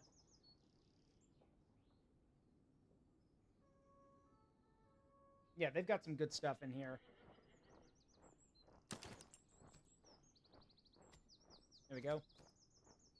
Let's give... Where was that rifle? Oh, yeah, you guys don't have it. There you go. Now you got a gun.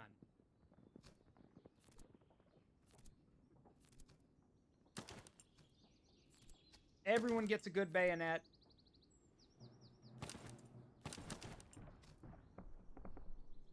And granted, these guys, again, won't have... they're not really getting the... they don't have any accuracy boosts or anything, but they don't need it. They're gonna be charging. They don't need accuracy boosts. Your job is to use the pointy end of this musket against everybody else.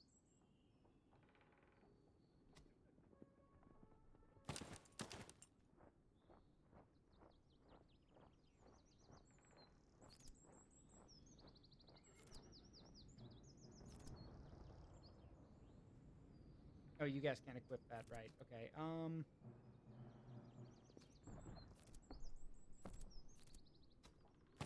Oops, wrong one. Alright, so all these guys have treatises on that give them advantages. Yeah, I think we're pretty good here. Got a bunch of guns I can sell, though. Let's go to the gunsmith and sell off a bunch of this crap. Yeah, let me quote. When I have gold, I'll buy blades, so I'll take back my gold and your gold, and now I have more blades and more gold. Yep. That's why I said I will remember you fondly when I burn this place to the ground.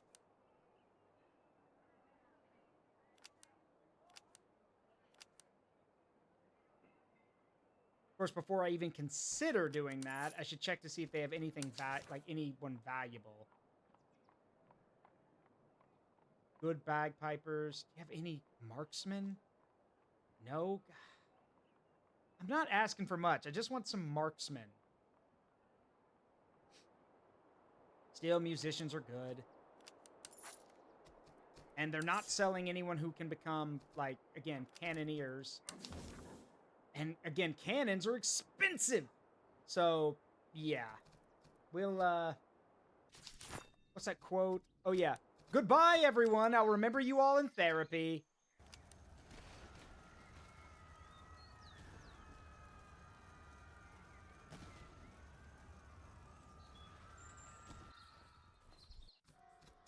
Oops. Yeah, sorry, I'm not finished burning the place down. I apologize.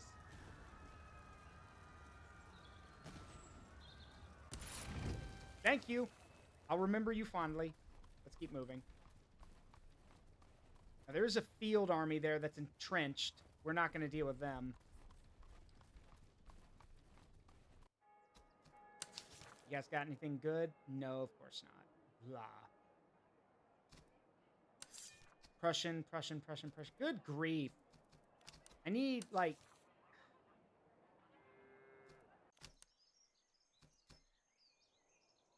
Let's see. There's slums up this way, so we gotta head north. There was... Yes, there are some cities that are not hostile to us. This one. Prussian. That one's actually not hostile. They have a supply surplus, and they're selling ammunition for cheap. So... But everywhere else apparently hate... Actually, now that I think about it, that kind of makes sense why they hate me. Because, for those who don't know, this entire thing started because of Frederick the Great. Frederick freaking invaded his neighbors. So that might be why they hate me so much. Just a thought. Then again, it might also be because I'm doing this. This might also be why. I'm literally going around burning everything they love and hold dear. So that might also have something to do with it. Maybe.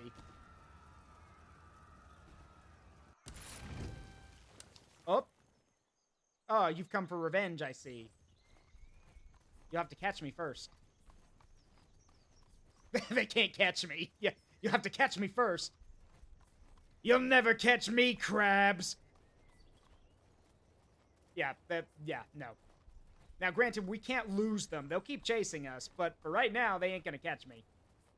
So, you can try, but you'll never catch me.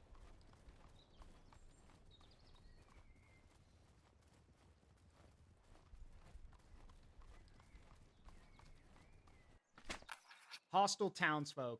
Your Grace, the townsfolk here bear us no love. Though they do not raise arms, their glares are sharp and their silence suspect. Our scouts report that word may soon reach the headquarters of our presence. We may attempt to pay the locals for their silence, though no promise binds their tongues. Alternatively, the men speak of razing the place to ensure nothing is passed along, but such cruelty would not be forgotten, and some in our ranks might desert. Now I'll pay them. Your Grace, they took the coin and gave their word. Lookouts melted from the alleys, shutters closed, and no runner was seen up the road. Our scouts report no stir from the enemy through the night. So yeah, they took the money. Again, why be violent when we can just talk them, when we can pay them to shut up? Yeah, feed them. You want to know the crazy part about all this? Do you guys want to know what's so funny about this? Again? Here, shut up. Take the money and shut up. Here's the crazy part. Is that once I tear down this last slum... Hold on. Desperate families. Your Grace, war has eaten this quarter bare. Families wait at doorways with empty kettles, small coin knotted in cloth.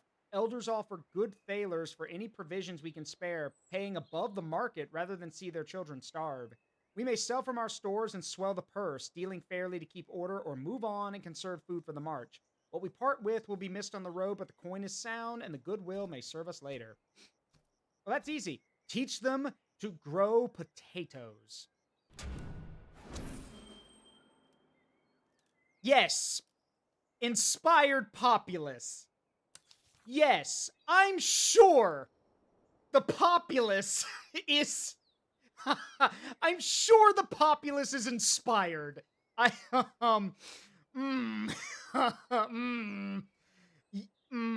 Inspired to kill me, maybe. Yeah, inspired populace. Let's see, how many cities have I burned? Or towns, how many settlements have I burned? 1, 2, 3, 4, didn't burn that one. 4, 5. Yes, I'm sure they're inspired, all right. And I love, so what that does, inspired populace, all resources, costs at settlements are down 15%. Let's be real, they're not doing that because they like me. They're doing that because they know if they didn't, I'd probably burn their settlement too. So they're doing that because they don't want to get hurt. They're literally like, here, we'll give you a sail. Don't hurt us. Caught in the storm. Your Grace, our scouts have come across a detachment of Allied forces who were overtaken by a storm along the march. Many are frostbitten and in need of care. The snow lies heavy upon the roads, and we must delay several days to clear a path if they're to be brought back safely. It is a cruel turn of weather, and the men are not likely to endure long without our aid. Cadence march! Nice. Got some landmeals. So, for those who don't... Landmeals are, well, if I'm going to be honest, they're kind of trash, actually. Landmeals are, well... How do I word this? So, Landmeals are basically... They are draftees, basically. They're not, you know... Let me put it this way. If a musketeer is a soldier with experience, a Landmeals is basically a National Guardsman. They're called, when need be. But they're still, like, guardsmen. They're not exactly, veteran soldiers or standard line troops. I really don't want them, actually. You know what? Yeah, no thanks. Go home. Go home and live your lives. Go home. Be family men. Because I am not taking you. Sorry. I have an army of elites right now. I cannot take you. My apologies, but... And besides, you just joined up. I don't think you want to see the hell we've been raising. Sankt Benedict. Did you literally name a village after Saint Benedict? Landsmeals, Freik. Do I have to buy these guys? Am I out of options? I guess I am. Well, I really don't want...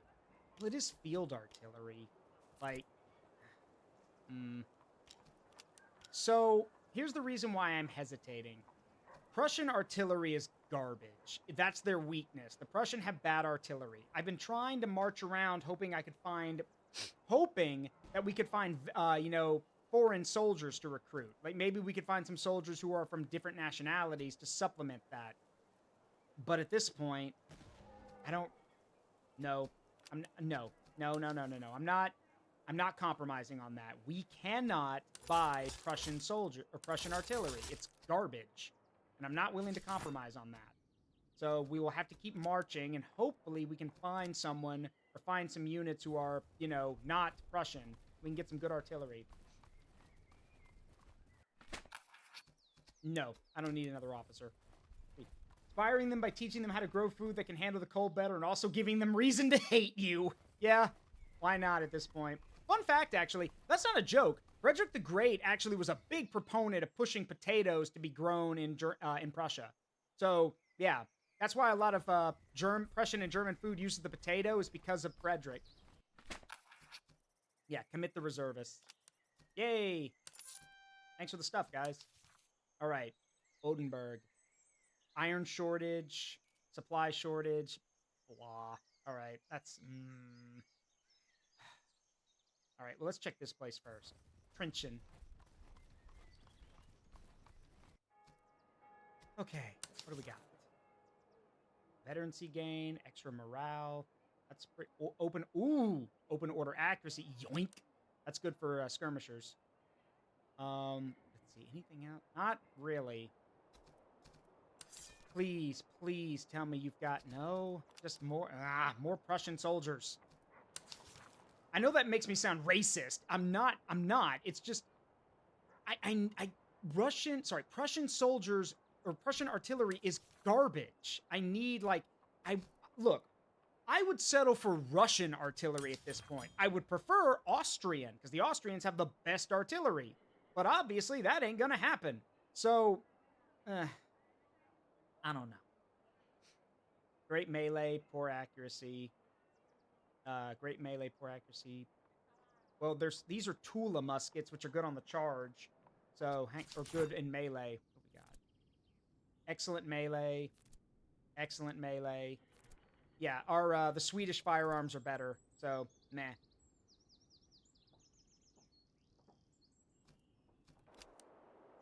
Here, what can I sell? Just take this garbage that we found, or that we took back, basically. Here, some other stuff, too. Here's the thing. If we get to Act 3 and we still don't have any artillery, I'll cave and I'll buy some. But for now, yeah, we can't. I just can't. It's legitimately not worth it. Ooh, that's a good quality Swedish musket. I'll take that, actually. Give me that. Because the good quality ones are, yeah, excellent melee. Good quality means they'll be better. Yoink. Okay, which one of you didn't have a good quality gun? Well, two of you, actually. Where is that thing I just bought? There we go. A proper musket for you. Let's see what else we got. Morale damage received.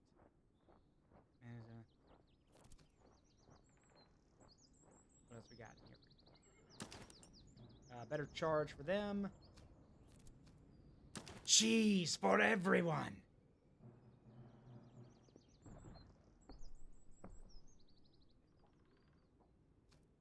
Got some good boots. Oh, those are for cavalry. Blah. Of course, the cavalry get the good-looking boots. There, some shoes. Yeah, I basically want to get these guys morale up, and then we can focus on building their, building their shock damage and everything. Because remember, these grenadiers are responsible for turning the flank, or, turning our enemies. Because if they don't, if these guys don't break the enemy, we are, well, for lack of a better word, we're in trouble. Because they need to break the enemy. We need them to. If they don't, and okay, if they don't, that's bad. If they don't and then get driven off, that's even worse.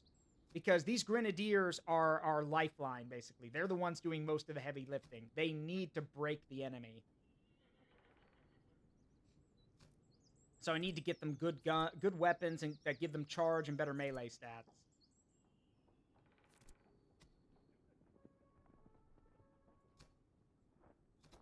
All right. I think we're good here. You guys have been nice, so I'm not going to burn anything down here. Artillery range, combat effectiveness, morale damage. I sometimes think that this game is trying to make me get artillery because this guy is literally an artillery commander. Brave, combat effectiveness, calculating, defensive. But I will not be swayed. I will not. You can't make me.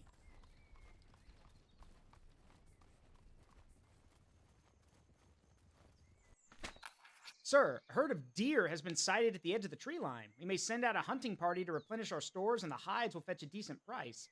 Alternatively, we may fan out with multiple foraging parties scouring the land. Let's get the food. We need the food. Because winter is coming. Ooh, a fort. Oh, ad starting soon. I'll march over here, but then we're gonna go to a BRB screen. So I can, yeah. So, all right. I will be back in a minute. Y'all enjoy. Oh, come on. There it is. So yeah, I'll be back in a second. Enjoy the BRB screen. Be right back.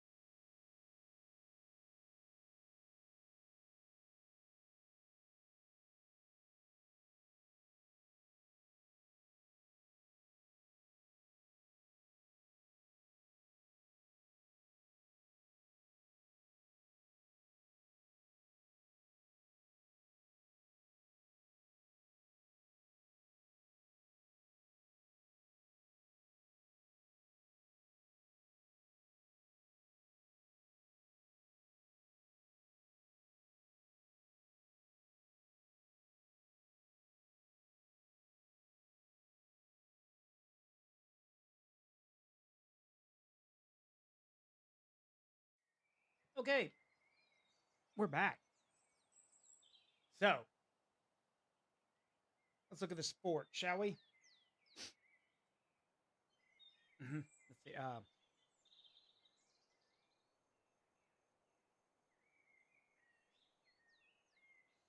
second.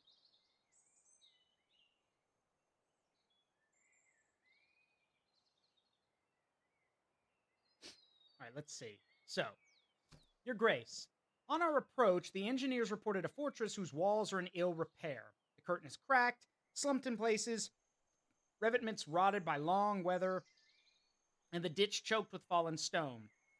The enemy labors to shore the gaps, yet a practicable opening already shows, and our batteries need not be unlimbered to make it so. All right. Starve them out. Into the breach. Let's see. Yeah, into the breach. Yeah, they surrender. Yoink. And we get a new doctrine. Oh my god. Oh my god. It is a beautiful day in Prussia, and that is an honorable Prussian goose.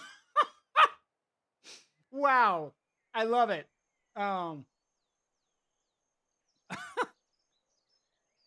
That's great. Okay, we're taking that. Yoink.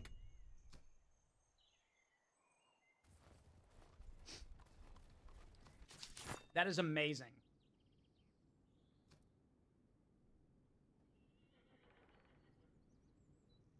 Absolutely amazing. All right. Let's stop over here in Sankt Gottard or Gottard.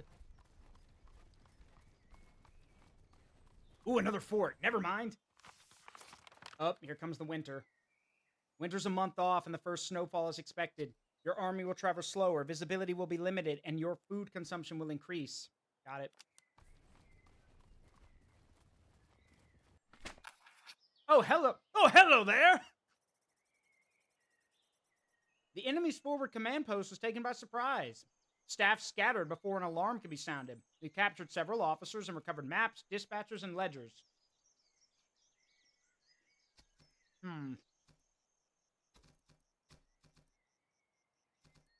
Yeah, we will exchange them for money.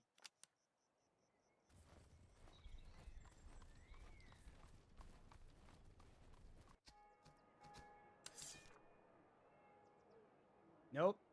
Still nothing. Oy. Wait, that's a 6-pound gun. Big think. They have a 6-pound gun. That's, I'm being tested. That's not bad. These guys are actually pretty decent.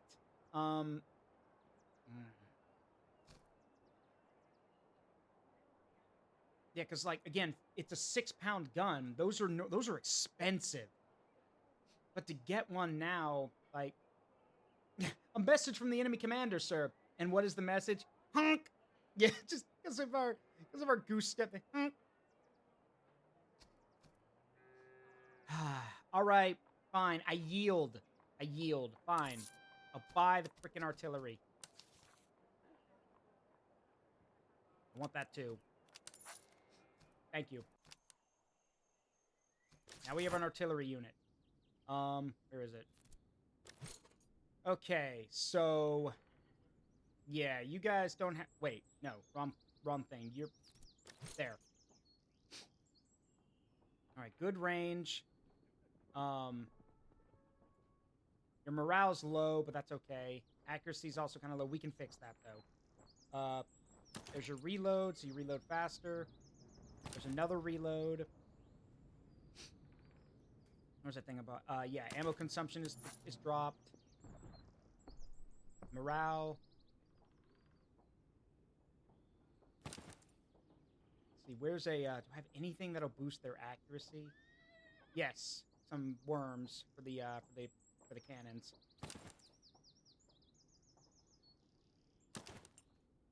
But I'd rather them be able to reload faster. If we can't shoot accurately, then we'll shoot fast.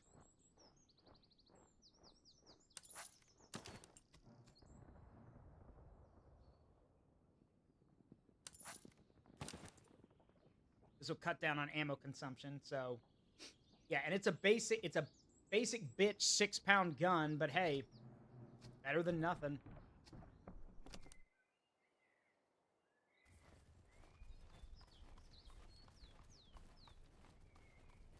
You can always exchange them later. True enough. But again, having some artillery is better than having no artillery at all.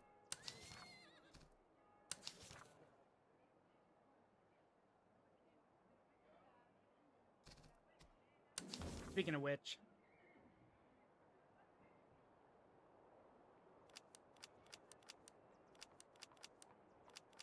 All right, listen up, gentlemen. If you are going to be artillery crew in my army, well, first of all, I'm sorry. First, I'm sorry. That's your first mistake. However, that said, if you're going to serve, then I'm at least going to give you a good gun.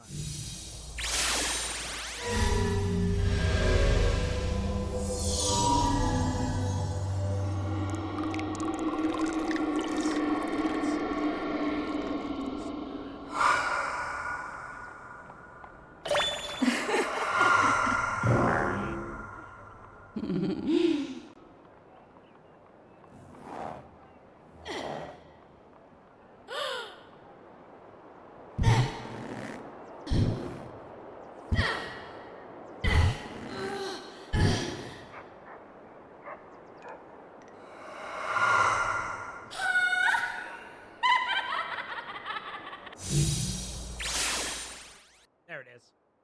All right, fine, she's here. Let's see.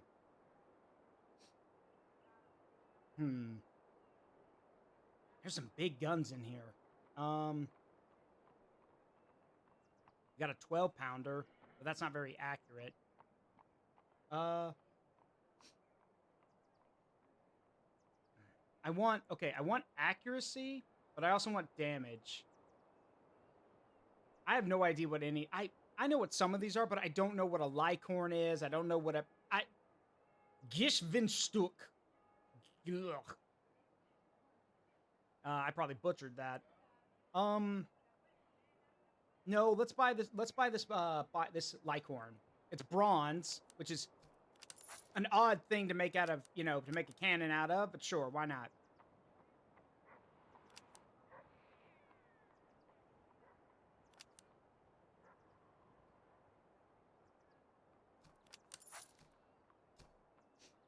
What was the other one? The other one was a, what was it called? Hang on. That was a Gishvinstuk.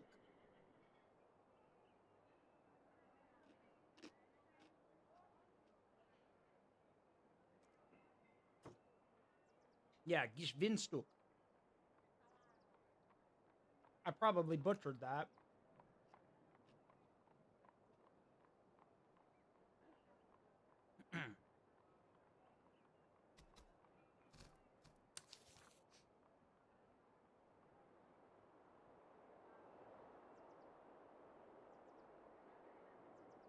Let's buy some earthworks, too.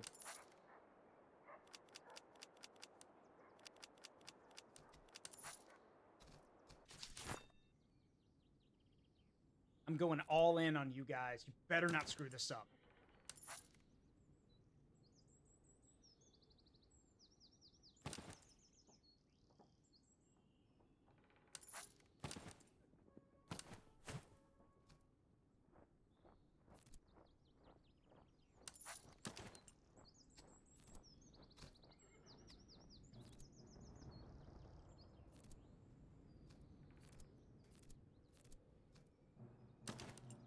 No, put that back.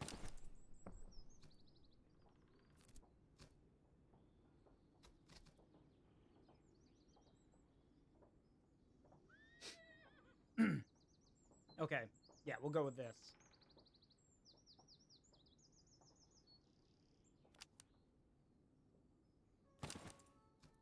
That'll work. Okay, cool.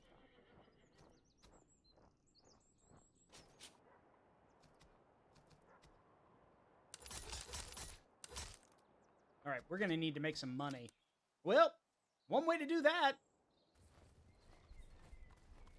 Come here, you. The French. Wait, why do you have German troops? What? Traitors! German grenadiers? Irish grenadiers? Okay, the Irish makes sense. The French and the Irish had a long-standing alliance for a long time. French Jean... Okay. Oh, God, it's just... You. We fought this guy before. It's the same cavalry setup. Gendarmerie, 2 units of French hussars, and French provincial cavalry. We fought... I let you live. That won't happen this time. You won't get a second. You won't get a third chance. Get that mother... Yeah. But also, German? Why do the French have access to German soldiers? First of all, firstly, Germany does not exist yet. It is Prussia. It's literally German. German is not really a thing yet, if I recall correctly. It's Prussia, like it's Prussian and Saxony, a bunch of different places. So I don't know why it's just saying German. Whatever. This is personal with that guy. So.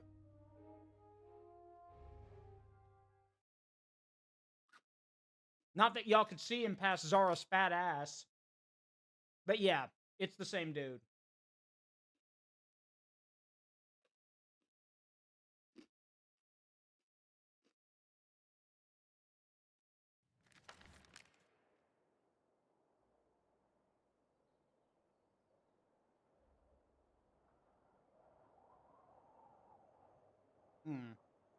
Well, at least the artillery gets to go to work.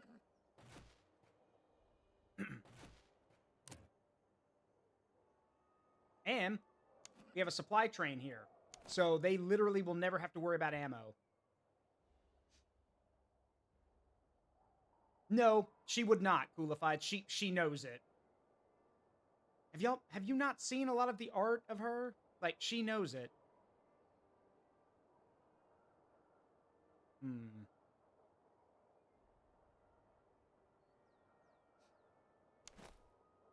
Alright, I want... Same thing as before. Our cavalry stays at the back, because I don't know what the enemy's going to do. 3rd Brigade takes the right, as usual. I will keep the Dragoons with them, though. The Bayreuth Dragoons. The Freikorps Dragoons and the Prussian Cuirassiers will stay. And I'm also going to deploy our Jaegers.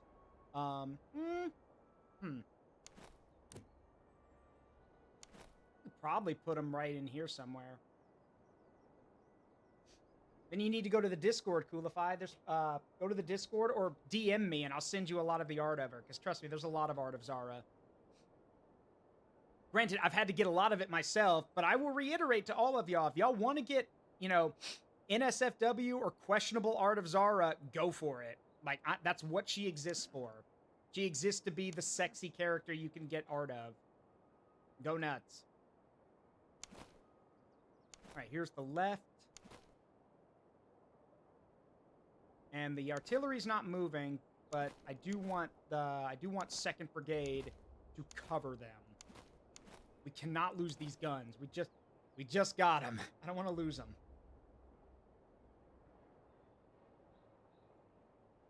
Well, that's the thing. Not all of it's uploaded. I'll make a Discord channel for Zara art. That's a good idea. Anyway. All right, Grenadiers. Let's march over here and kind of secure this town area. I will have the Jaegers. You guys can form up right there.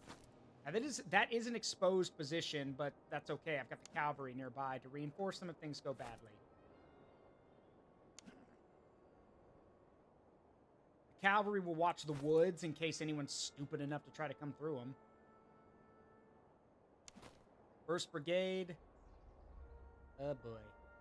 Yeah, 1st Brigade is not ready for this. 1st Brigade has a few units who are not veterans yet. They're good, but they're not veterans, so They might get blitzed if we're not careful. So let's,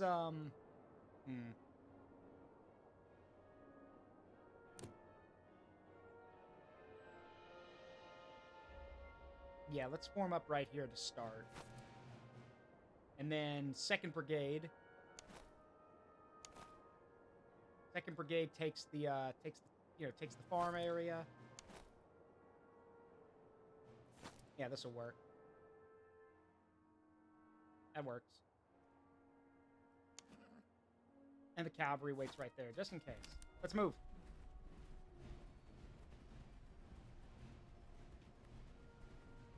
The guns are already set up, too. So the moment they get into range, the guns will start firing.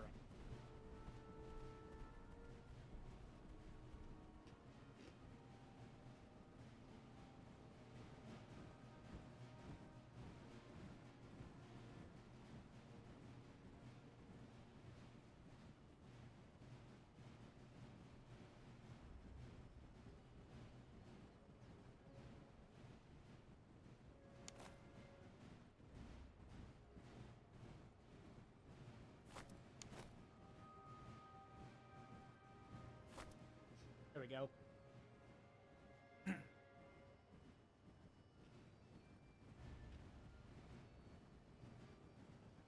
Cool detail, if you listen.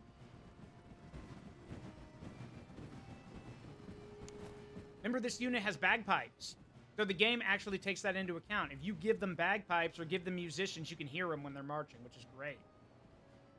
Hey, Wolf Gaming.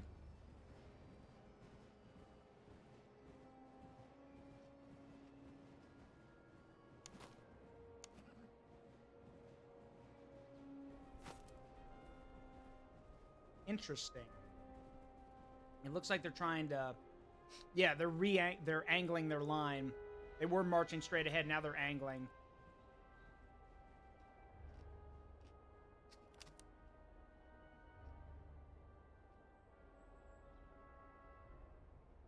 Are they... Wait, why are they angled like this?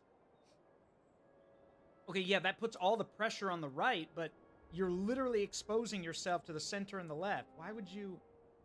Huh. Okay. Do not interrupt your enemy when he's in the process of making a mistake.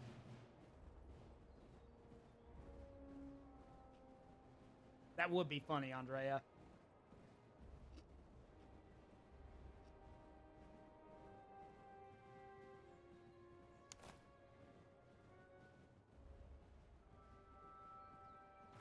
They're out of range of the cannons, too. Oh, wait, no, they're adjusting again.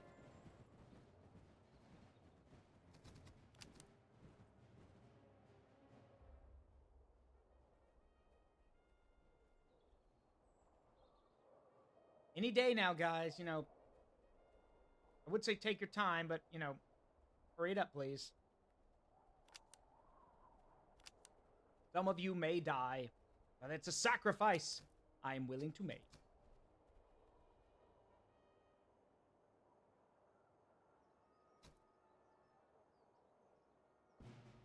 All right, here they come. Now they're advancing. In a weird-ass formation, but they're advancing. Move some cavalry over there. I think they're about to try something. All right, our cannons are firing.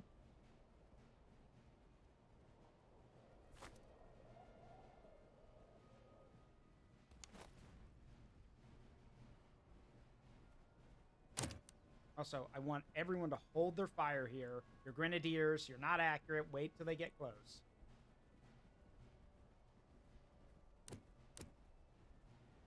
Let them cross that fence. Wait. Okay, give it to him.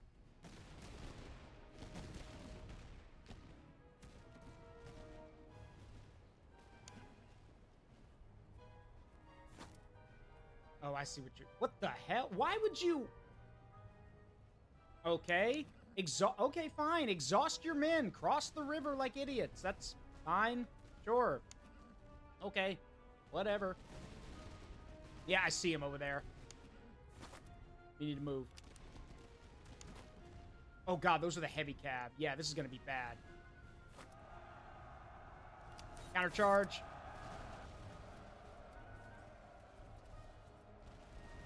Yeah, we need to get our cuirassiers over there.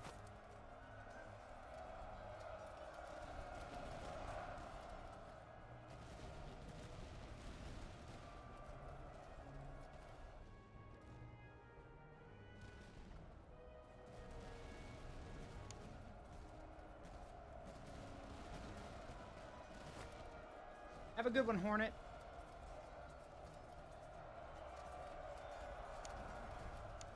Alright, they're breaking. Get back in line. Let's see him try that again. Really? Really? Oh, for Pete's sake. No, don't fall for that. I see him. There's German grenadiers right there. They're gonna try a charge. Hang on. Not falling for that.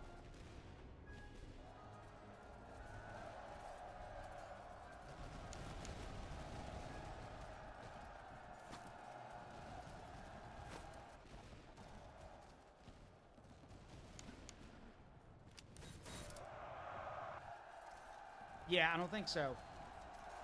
You are hussars. These are dragoons. My men are better.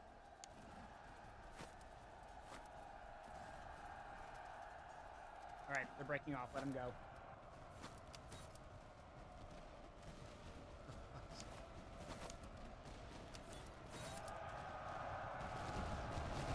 Get out of here.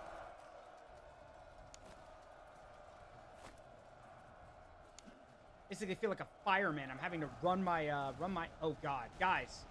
Shit. Wait, no, this is good. This is perfect. Oh my gosh. They literally chased him all the way to the back line. That's amazing. Get him.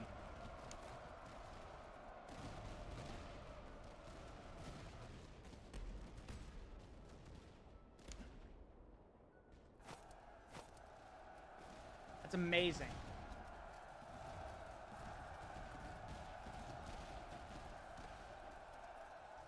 Keep jumping back and forth to look at everything. Go. Save those men.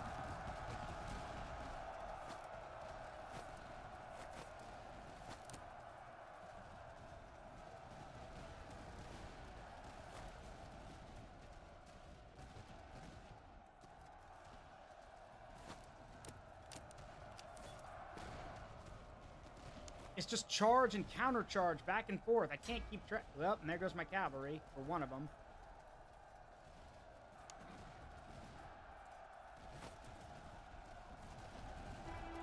I think this calls for a little history lesson. I have no idea who that is. Sukaban Deka. What? What in the world are you talking about? I have no idea who that is. Like, this is a history thing. I have no idea who that is. Oh, it's a Digimon thing. Kind of the wrong stream to be asking that, but I mean, because I don't know a lot about the Bancho Digimon anyway, so.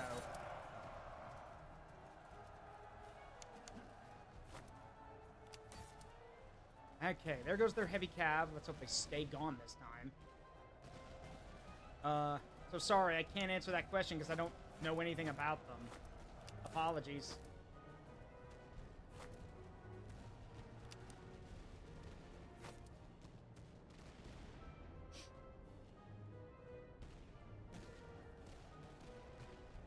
Alright, the right flank is broken.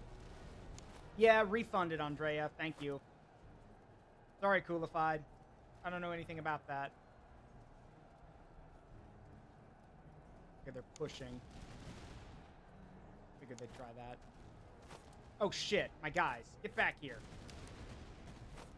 Come back.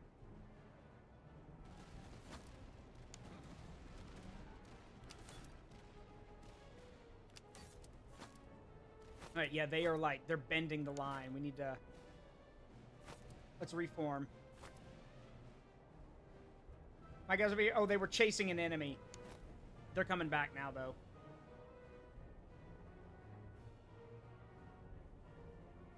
More Fusiliers. I mean, okay. Yeah, these grenadiers are pressing the line. As I said, grenadiers are shock troops of the day. They're tough. So, yeah, they're pushing the line. So we have to give them some ground. Now, let's see if we can't swing it our way, though.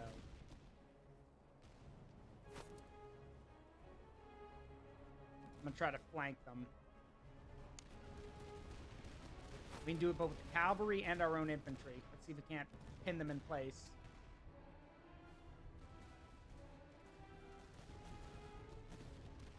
This is going to be tough. We have to time it just right.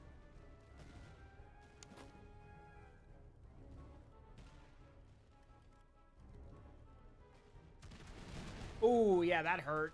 Yeah, they were not expecting that. Good.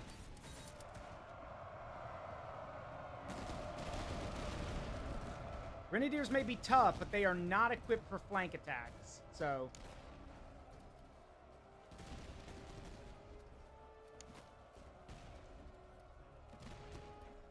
Or if they turn their backs like that, idiots. You guys are stupid. Close the distance. Put shots right into their back. Oh, those are fusiliers, not grenadiers. Never mind. But yeah, put rounds right in those guys' backs. Fire. Ooh, yeah, that'll do it. Bye-bye. Good job, men. Good job. And just like that, that only leaves this unit over here.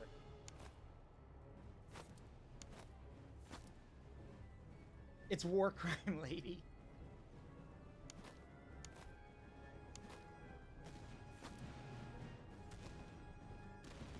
Hold. Yeah, they're so tired. They're firing independently. No, this is how you shoot. Volley fire. There they go. Nice. I love it when I win.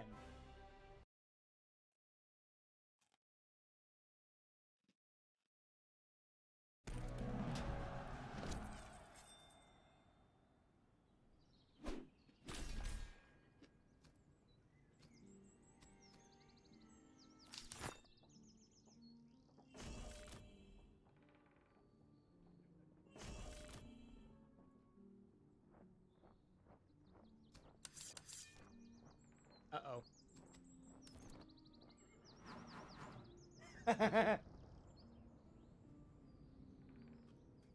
I love that.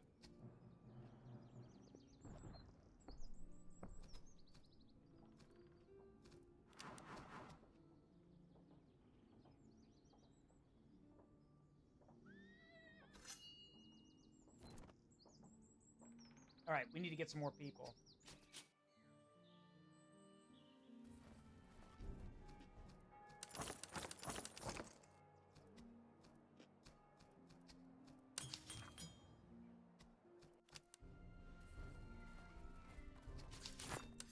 There we go.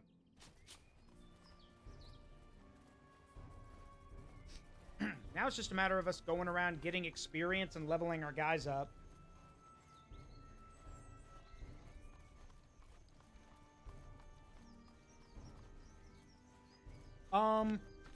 When this game come out? I think October of last year.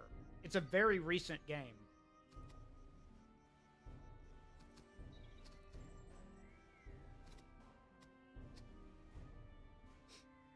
Every army in the region revealed. I've already used you guys, so we're good. I wish there was another fort to take.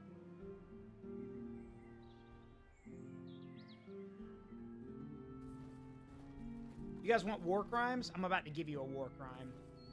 Let's see. If they run, they are not. All right, we'll fight them. All right, we are up against Austrians. Fusiliers, more Fusiliers, and Gentle. You didn't bring your cannons again. This over. You know what? Fine, I'll take it. Makes it easier for me. The Austrians have the best cannons in the game, and the 2 or 3 times we fight them, They don't bring their cannons.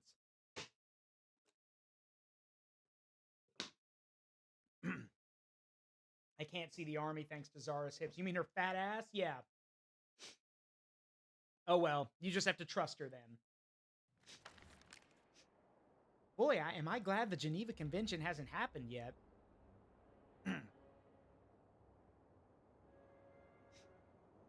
Here's the plan.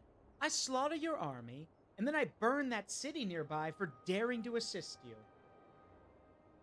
That's how she'd view it. It's slaughter the enemy army and then burn the city for daring to assist them. Alright, did they bring cavalry? Pretty sure they did. Yes, they brought some dragoons. Oh, they brought French dragoons. Oh dear. Okay, well that might be a bit more of a problem. The French cavalry are the best after all, so. Right, let's form. Alright. Assault attack column. Same thing as before. The right, I'll send my elite cavalry with them too. The right flank is occupied by our grenadiers and our elite cavalry. The center is held by everything else. Is there a hill nearby? There is! Perfect. We might actually have to reset. There is a hill nearby, right here. Perfect. We'll put the artillery on the hill along with the supply train, and then, well... Yeah, we will have to tow it into position, though. That's fine. Meanwhile, 2nd Brigade, without its cannons, will form the center. We can put them right here in the town, actually. That'd be great. Both of our Dragoon squadrons are basically hidden behind the lines, ready to go at first, whenever they're needed. And then 1st Brigade forms the left.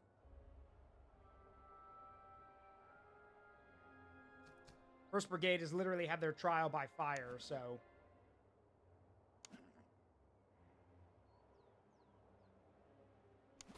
And eventually we'll form 5th Brigade, which will probably be all artillery, if I have my way. But, you know.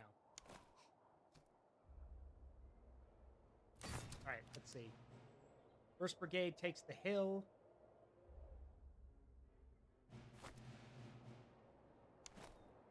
Well, it's more of a mound more than anything, but that's fine. Then 2nd Brigade, along with the Jaegers, our veteran Jaegers. I actually want the Jaegers here in the center to take pot shots when the guys are approaching. They can also, and then they can fall back behind the Musketeers. Remember, like I said before, Jaegers get slaughtered if they're charged, so we need infantry to cover them. And of course, the cavalry fills the gap. But I am going to spread the artillery out, the cavalry out a bit. And we need to get our field artillery up onto this hill, along with the supply train, and Frederick the Great, who is here in the army. Meanwhile, the Grenadiers, which is 3rd Brigade, you know what? Yeah. We'll just advance you to right here, so you can swing in whenever you're ready. Plus, it means they can protect the artillery.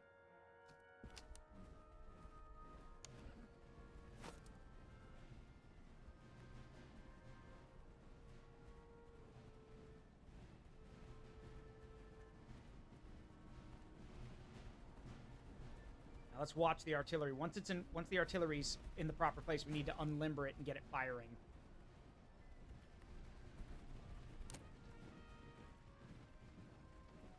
Wait. Wait. Okay. Set it up.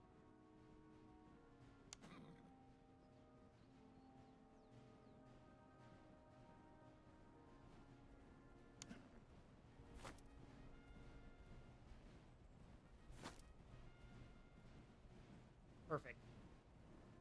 Now, this does leave a huge gap in the line, but the only way they'd be able to take advantage of that is if they threw all their cavalry in it, and if they did, well, you know, there's a reason why that's a bad idea. Plus, the Grenadiers are right here. If need be, the Grenadiers could sweep in and crush their cavalry, so they won't exploit that gap.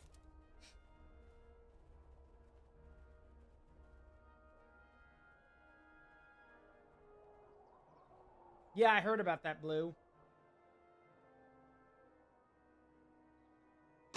All right, let's see what they do. Would the French dears be so kind as to do what they do best and run the fuck away? Oh, I hear cannons. Our cannons are firing. French frogs, do what you do best. We surrender. No, not that, you idiots. Love that line. It's so funny.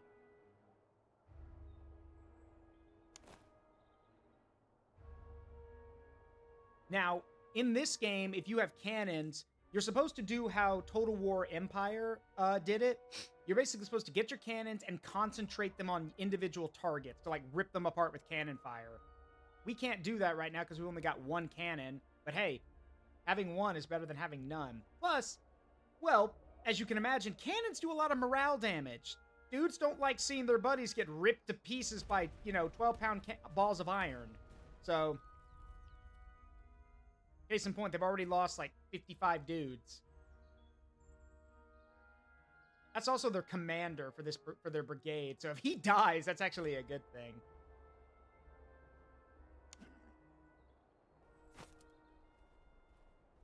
Looks like all the cavalry's on the left flank. Good. Good. Our first catch of the day.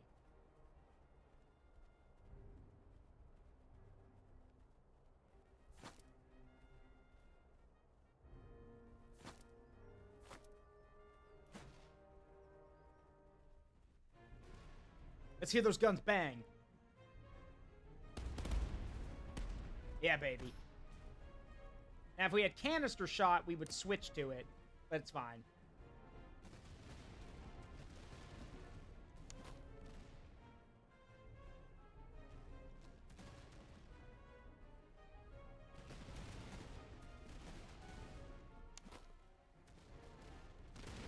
Ooh, those Jaegers are doing work. Anytime a chunk of that number goes down, that's a good thing.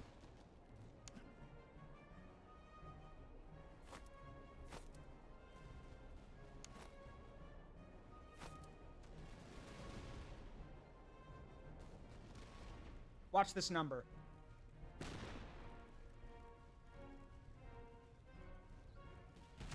Ooh!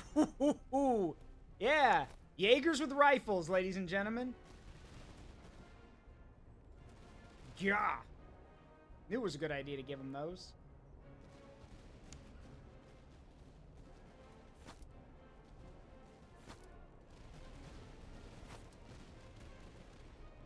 Gotta watch the left.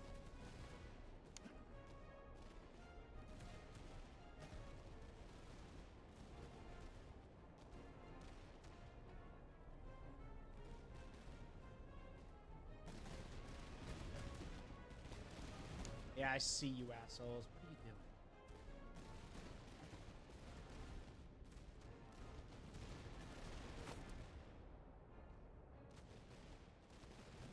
The Beirut Dragoons need to win this engagement. If they break, then we'll have no cavalry on the left, and we'll basically be exposed. So, I need them to win this.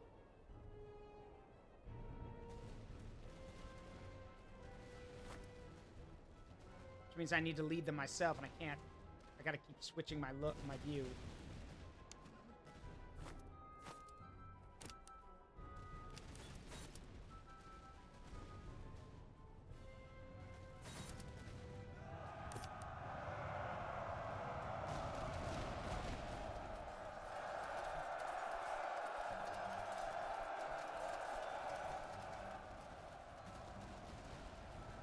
Let's see. Shit, they're probably gonna break. Yep, they broke. So we got one unit, didn't get the other one. Quick, change the line. Alright, fuck it. Get him. Countercharge. There we go, boys!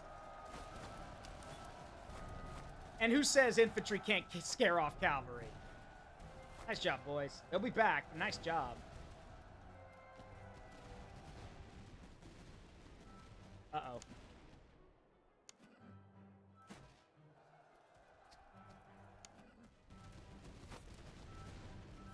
I see you.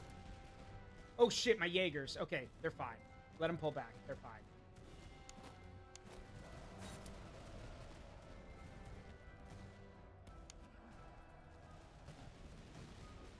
Yeah, these guys are getting shredded. Let's go deal with that cavalry unit. Where are you guys going?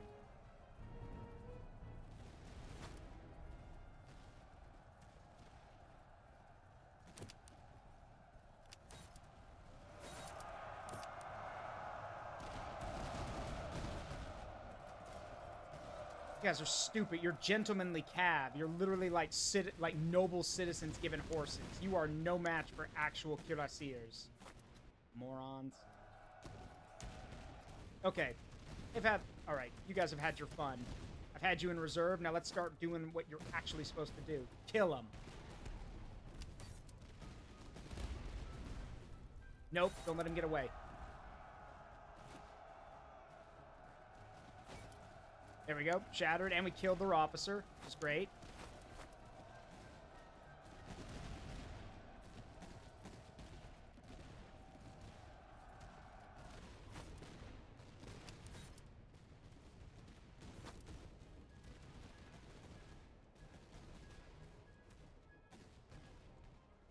Oh, you guys made it, actually. I'm surprised. Get back to the line, then. Because here comes the cavalry, their cavalry again. Like I said.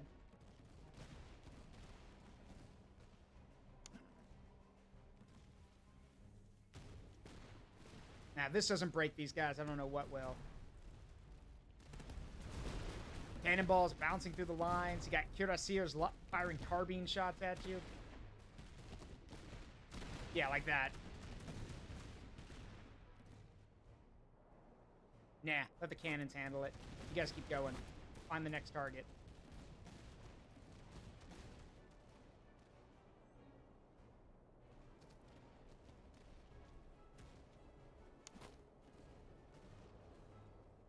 Yeah. Again, Prussian stubbornness wins the day again.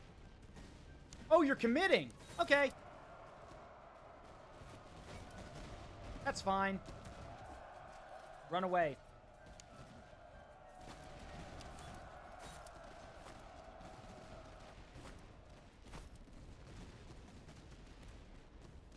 Oh, wait, here comes their gentlemanly cavalry again. Back for another round, I guess. There go their dragoons after another round. Like, that's the thing. The AI keeps thinking, oh, I've got a weaker unit, sure, but surely if I throw it back at the guys who defeated me, I can win. No, you can't. Stop it. Get some help.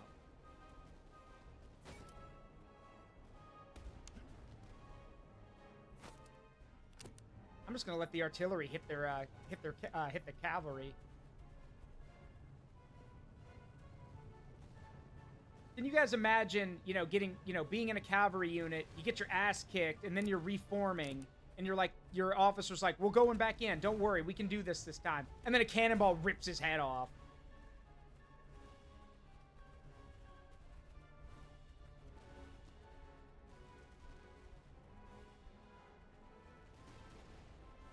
I love the effects in this game, like the constant firing of muskets causing smoke everywhere. Wait. Hold.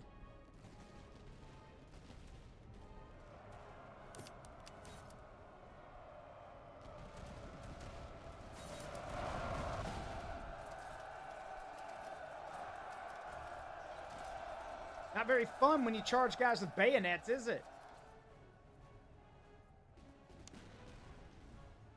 Wait. Alright, let him have it.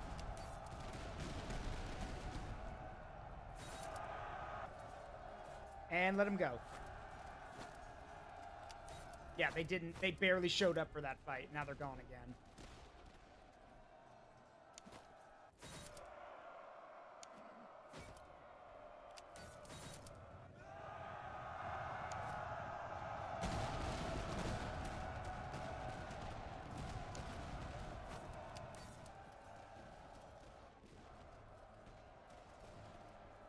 All right, that's basically it at this point. That unit's good. Yep, shatter. All right, so that just leaves these 2 units here who will not die, basically. Makes sense. All right, let's do something about it. You are Prussian infantry. Close the distance with your enemy. Oh, yeah, I know about the T-28. I do. The tortoise.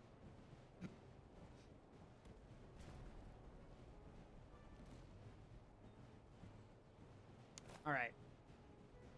Oh, that's one of their commanders. Sir, I think at this point, discretion is the better part of valor, and you should be running for your life right now. But hey, you know, that's just my thought. Your men are exhausted, and I'm about to shoot you again. So, like that.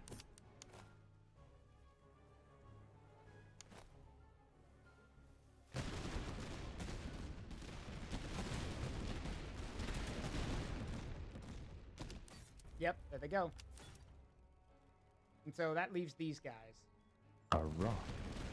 No, we don't. We haven't run out of ammo yet. We're not throwing rocks. Not yet. Charge.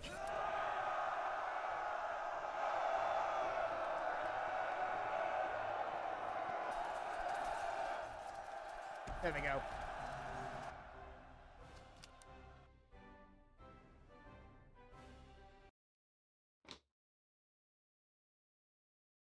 Bye-bye. Well, that takes care of that.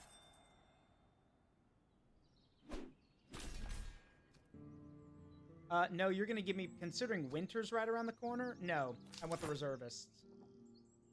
We take less losses and we can replace our losses.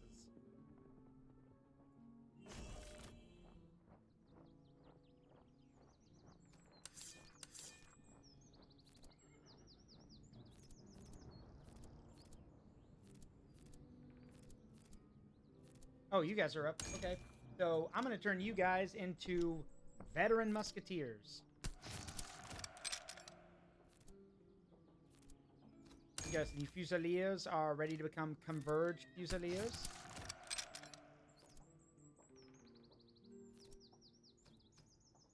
And then our Grenadiers are still leveling up, which is fine. We got some stuff to sell now, too. Debased currency. Item sale cost down 20%. Yeah, no. If your currency's garbage, why in the world would I sell to you? Ah, well. Smolensk! No, never mind. Smolensk. I was about to say, why? We're in Smolensk? What? All right, what do we got? 3 pound, 3 pound.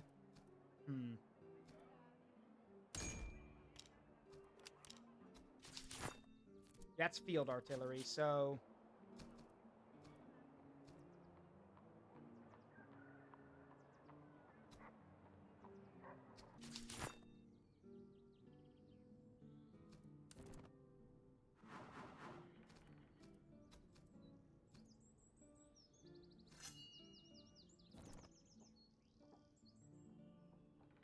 Well, I did say I wanted to field an artillery brigade at some point, so... How much to form a new brigade? Yeah, we don't have the money yet. But I do want to... But considering that those guys have done pretty well... Granted, it's probably because of the really good gun. But still, I mean, they haven't... The guys we have haven't let me down yet, so they've actually been pretty effective. So, you know what? Sure, Prussian crews may not be the best, but if we give them good guns, it doesn't really matter. So...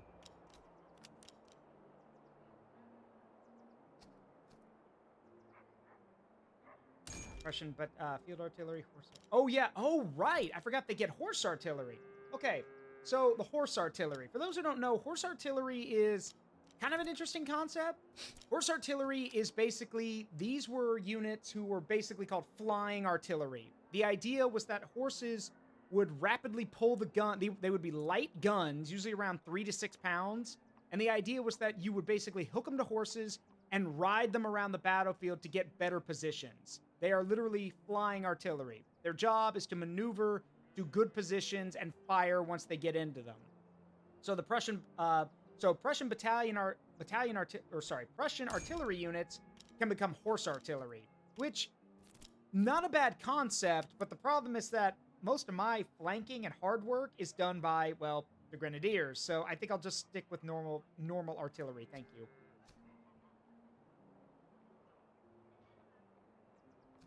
Let's see. So, but it's cheaper to. Yeah, it's.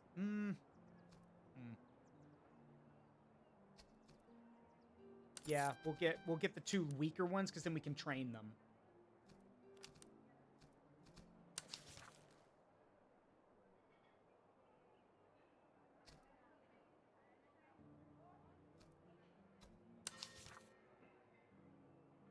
All right, so I have stuff to give you guys. Here are some things we found off the French unit we dealt with.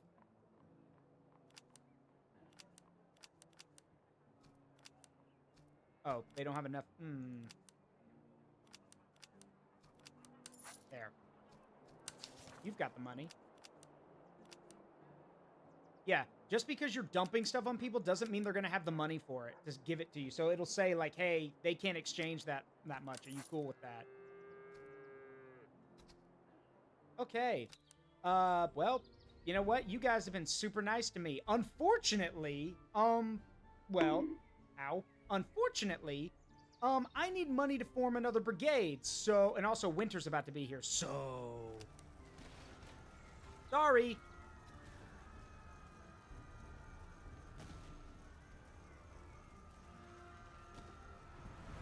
Yep, winter is here. The cold season is set in, and it will not lift until we've taken the region. Snow and frost blanket the land, our provision consumption has increased, and visibility and movement speed have decreased.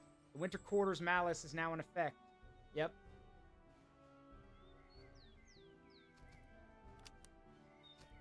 It's cold, sir. Then keep burning the settlement. Burn it for warmth, then.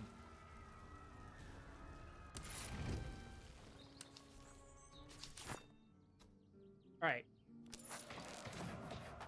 We can now field a new brigade. So, where's that artillery guy? Oh, he's right here. Right. Okay. You're over here. You're the new guy. Don't screw this up.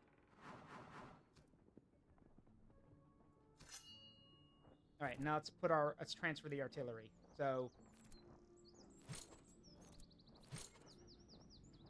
wasn't there another one? Oh, right here.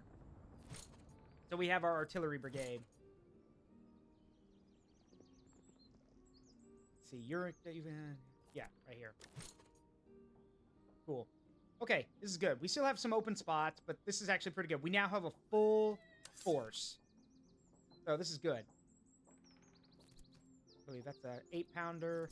You've got a 3-pounder. Nope, now you got a 6-pounder. And you guys have 3-pounders.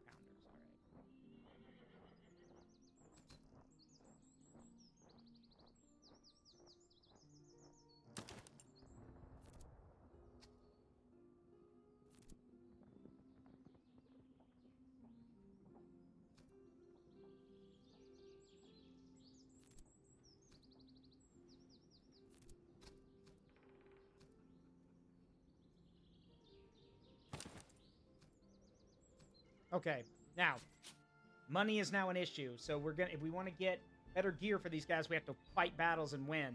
Like this army that's probably coming to get revenge for this city we just destroyed. Oh. Okay. Good thing I got the cannons. Okay. Oh, wait, ad. All right, we got an ad that's about to start. You guys know how this works. So, I will be right back. In the meantime, enjoy.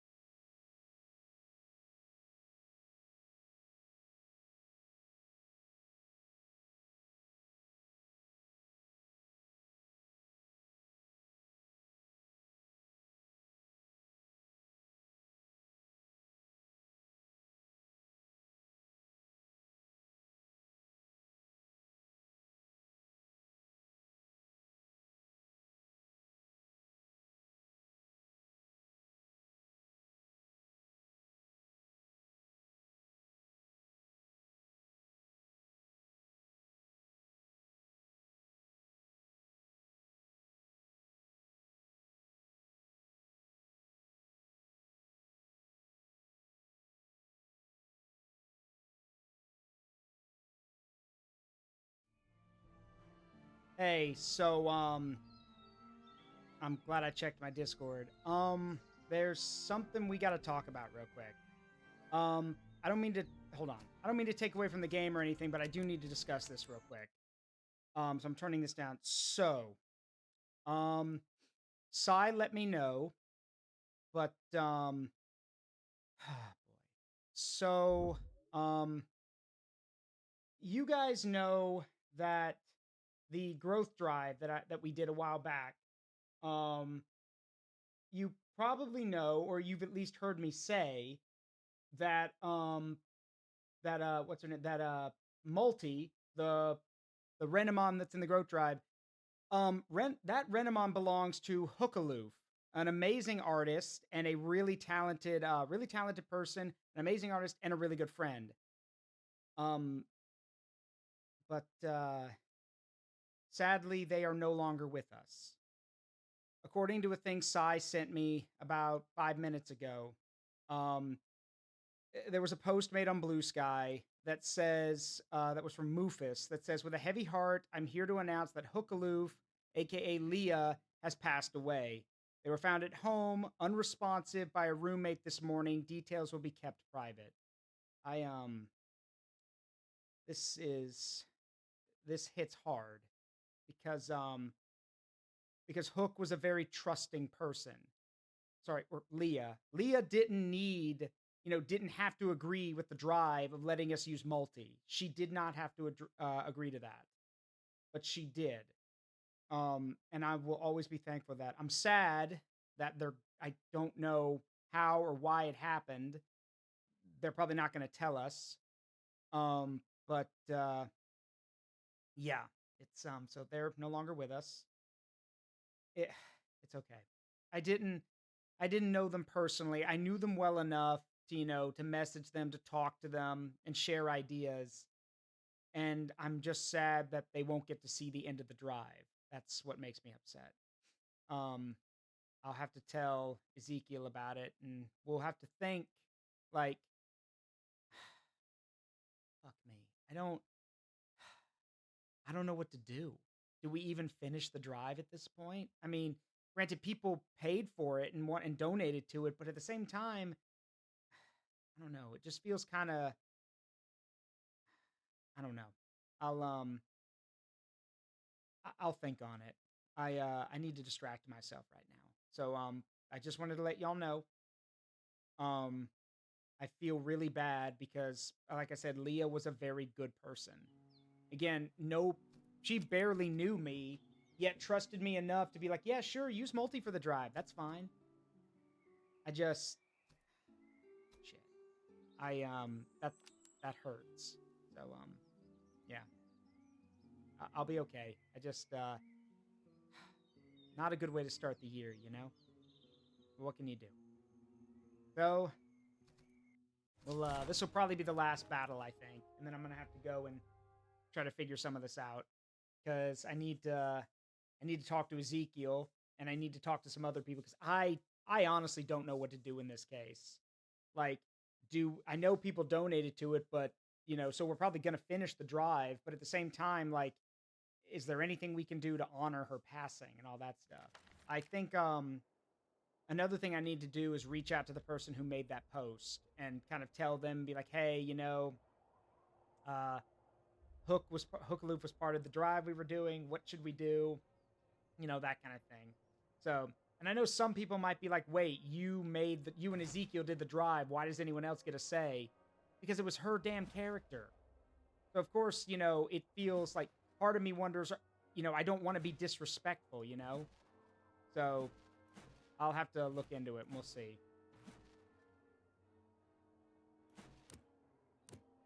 So I apologize if for a good bit of the stream from now on I'm quiet. I'm gonna think about that. Anyway, though, like let's come on. Breathe later. Just throw myself back into this. We've got a hill, which is great. So now, well, if we've got the range, that is.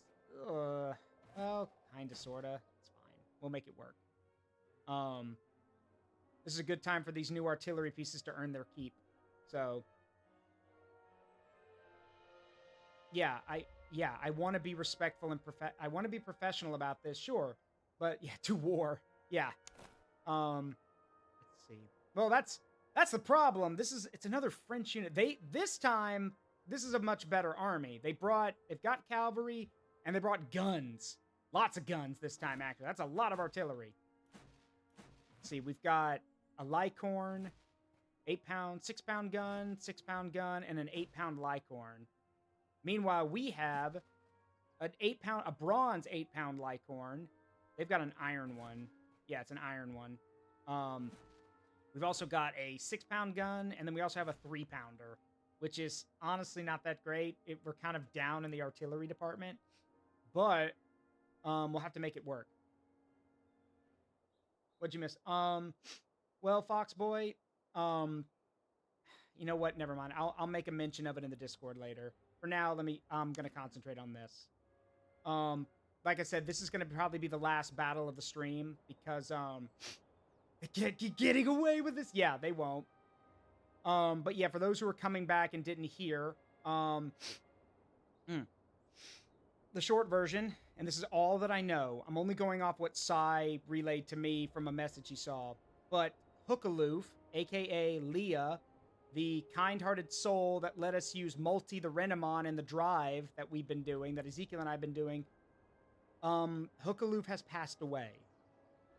And so I am now wondering, I'm now thinking, okay, how am I going to do this now? Because I need to think on what is the respectful thing to do, you know, with the drive and everything. Naturally, people donated toward it and want to see it complete. But I also want to think of a way to pay homage to Leah because she didn't have to let us use Multi, but she did. And she's a very kind person. I knew that... Okay, so I'm telling you guys this only from what I know. I think I know what might have happened. Leah was a very stressed person, like extremely stressed. She had a lot of stuff on her plate. And I'm willing to bet that her stress got the better of her, especially with the new year, and it might have messed up her heart. Because there was a time last year, before I even knew her, Leah, like, let me put it this way, Leah had some kind of issue where her heart rate would spike to dangerous fucking levels. I'm talking like double or triple what it should be. Like, it was bad. So I'm thinking that the stress might have caused a heart attack or something like that. I don't know, but I'm just guessing. And I'm only guessing not because, you know, oh, I want to know. It's because I'm trying to make sense of all of this. She was... God damn it, I think she was younger than me. So it... All right, focus. Focus. I can think on this later. Focus. Regardless, the drive will continue. Ezekiel and I will get it finished. But I think we're also going to have to try to find a way to pay homage to her because she did a lot for it. So I'll talk with Ezekiel probably tonight if he's available. But yeah, that fucking hurts. So thank you for letting me know, Sai. I do appreciate it. Otherwise, I probably wouldn't have found out. So anyway, let's see. All right, well, to be perfectly honest, this map kind of sucks. Because they've got all this terrain over here to help them. We could advance, but if we advance too far, like to the village, sure, we'll have the cover, but they'll have the accuracy boost from the mountains, from the hills. So, And they do have cavalry. They have hussars, which are light cav, but still, hussars are annoying. Russian hussars are worse. Cossacks and Russian hussars are the worst. But, we'll have to make do.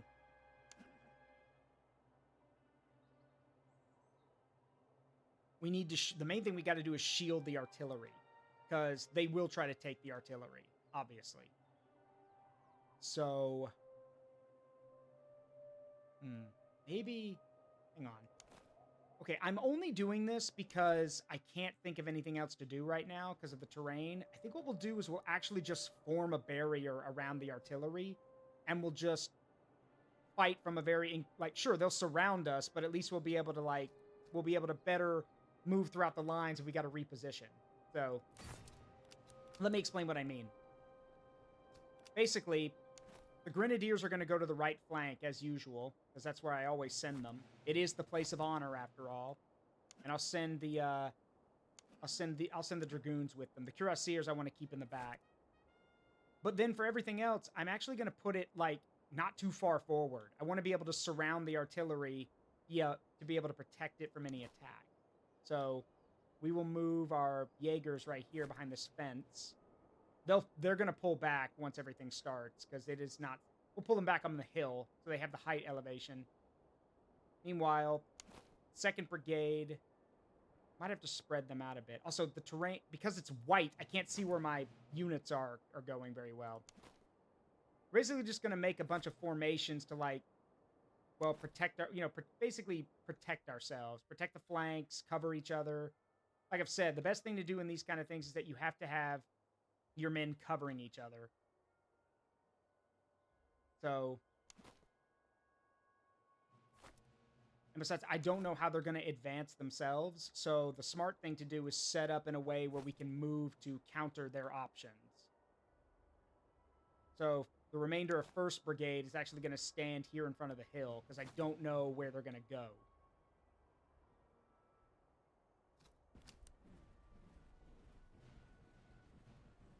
Probably what we can do, hang on. That's better. 1st Brigade can fill in the center, and now this way... the artillery is protected, and it can continue to fire, but we can also cover our left and right without getting too spread out. Okay, kind of side. These Jaeger means hunter in German, and these guys have rifles, so one shot is usually going to be a kill from them. The trade-off, though, is that, well, if they get charged, they're going to die. They don't even have bayonets, because bayonets would drop their accuracy. So I traded their bayonets just for them to have better accuracy with their guns.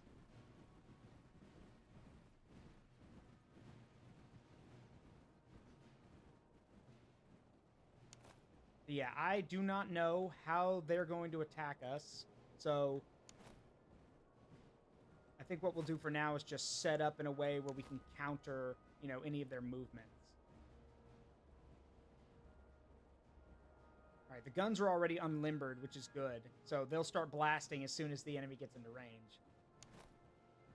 Oh my god, you guys are slow! Well, that makes sense. Move! Faster!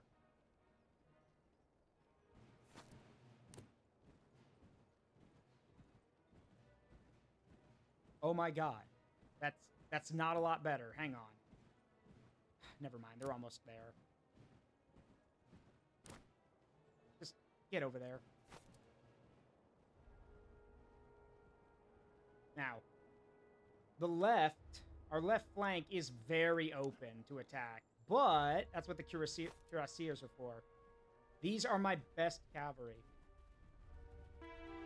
I think this calls for a little history lesson. I remember hearing somewhere in the American Revolution, forces had the first widespread use of rifled barrels. Is that true, or am I misremembering? That is true.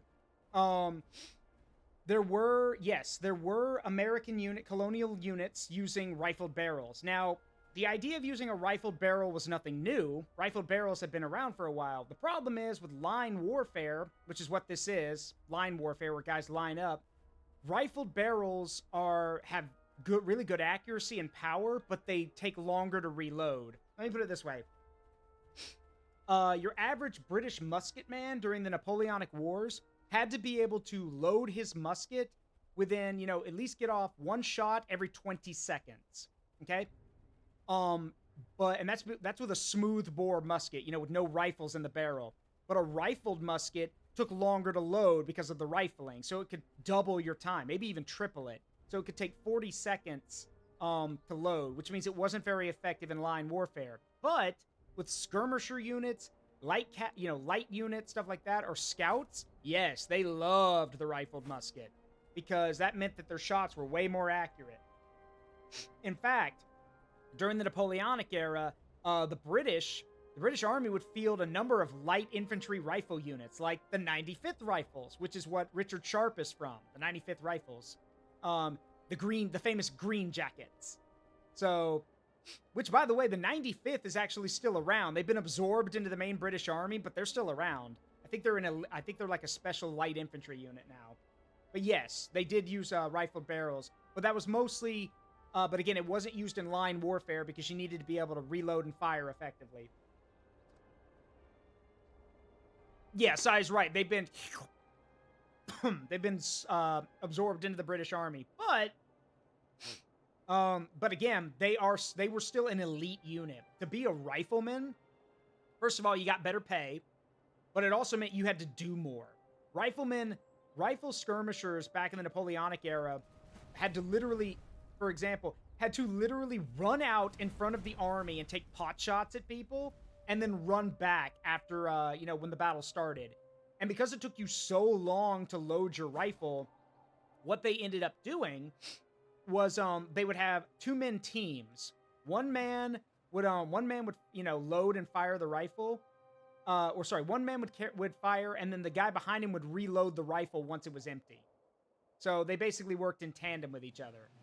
And here's another thing. If you want to know how elite this unit was, they kind of got to set their own rules in that when you joined the rifles, just because you were a rifleman doesn't mean you got to wear the green jacket. You had to earn it. So when you joined up with the rifles, you'd be wearing a white dress shirt, basically, and would not be given, your green jacket until you had earned it. And they were also very, very, very strict in the rifle regiment. They had to be. But that strictness and that ability to fight also meant that they were a bit more, let's say, wild. They were allowed to do more, basically. Because they had the freedom to move on the battlefield and as light infantry, they got to do a bit more, especially if they were scouting. So, it's kind of like how, damn it, you guys break a lot of the rules, but you're so damn good, we don't care. Why did rifles take so long? Yeah, because you had to pound that bullet down the barrel. You had to grab your ramrod and just keep slamming that ramrod down until the bullet got to the bottom of the barrel, thanks to the rifling. Whereas with a normal musket, it would just drop to the ground most of the time. Or drop to the bottom of the barrel. So, also, if Shiloh Jack were here, he would also repeat this with me. But if you've seen any of Sharp or read the books and have heard the whole bite, pour, spit, tap, no, that does not work. That does not work. There was a thing called tap firing, but it was only done in emergencies. Tap firing is is unreliable and was usually only done as we are fucked if we don't do something. So load and fire as quick as possible. And again, if a rifle unit back then was in that kind of predicament, then all hell's breaking loose. Because riflemen weren't supposed to be on the weren't supposed to be on the front lines. They were meant to fire and then break off.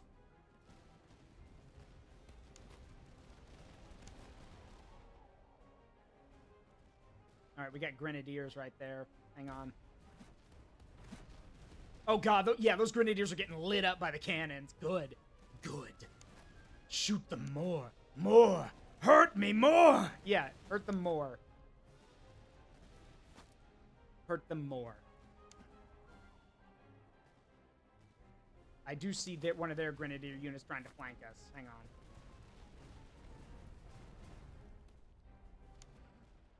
Those cannons are killing us. Yeah, their cannons are messing us up. We might have to advance in a minute.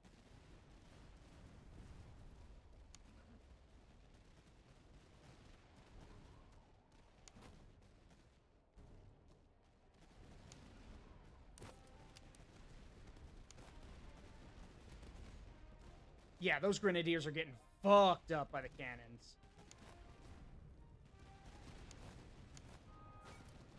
Change target. Hit them. They're right there. Shoot. Thank you. Up. I see. Well, that was ill-advised of you because those are grenadiers. They don't break very easily. Same thing here. Why are you charging, like, really good units?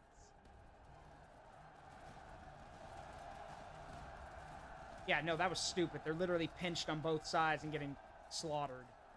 Well, not my problem.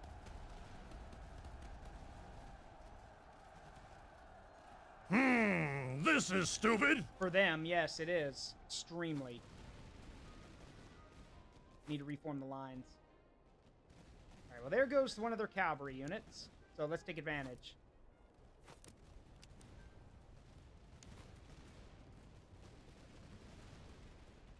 Alright, time to commit. Grenadiers, to the front. Prepare to charge. First of all, let's shut those guys down so they can't do anything. What the fuck? Oh, I see. I don't think so. I see you over there. Nice try. Go get them, boys. Do not let them jump our cannons.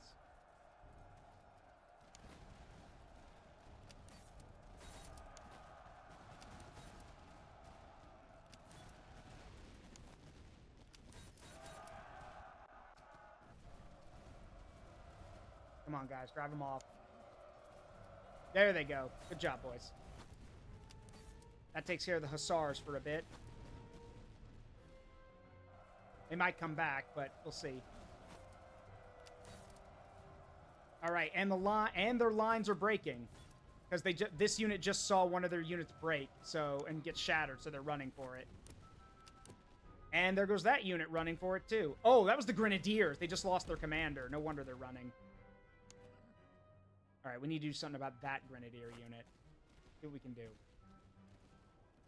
Yeah, I knew this tactic would work. We just pick a good location, a good area to work with, and we can start picking them off. Granted, we do need to do something about their cannons. So, let's do something about it. Meanwhile, 3rd Brigade. Forward. March.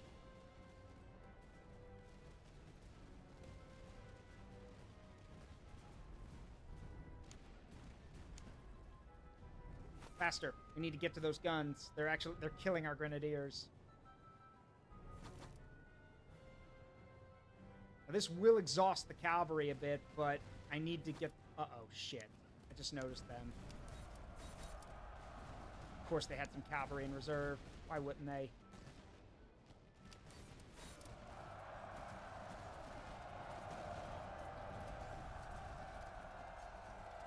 Alright, we lost one of our cavalry units, but this one was fresh in when they charged in, so maybe... Are you guys idiots? You're shooting your own men! Get them. They want to be stupid like that. Get them. Get the next one. Yeah, they were shooting their own men with solid shot. You guys are nuts. All right. That takes care of that one. Now we get the last one, which is already starting to panic. Get him. All right, cavalry's exhausted, but hey, win's a win.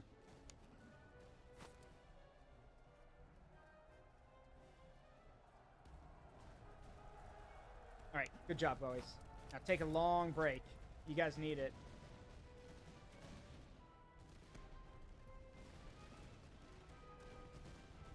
Oh, those guys reformed fast. Go get them.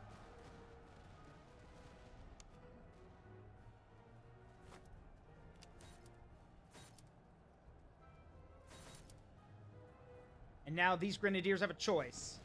Turn or die. But they're exhausted, so they won't be turning. So die instead. Get them, boys.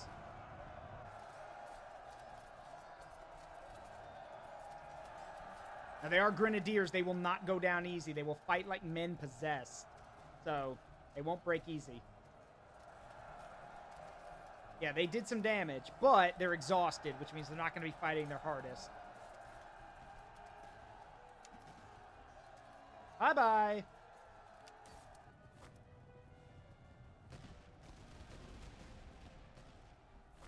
All right, last unit right here. We can break them. We basically got it. Or, no, I take that back. There's that idiot we just drove off, and he's coming back with his cavalry thinking he's going to save the day. Excuse me, sir. This is the 1756. Main character syndrome doesn't exist yet. You need to get the hell out of here. Yeah, he's coming back with his hussars. Yeah, no. No.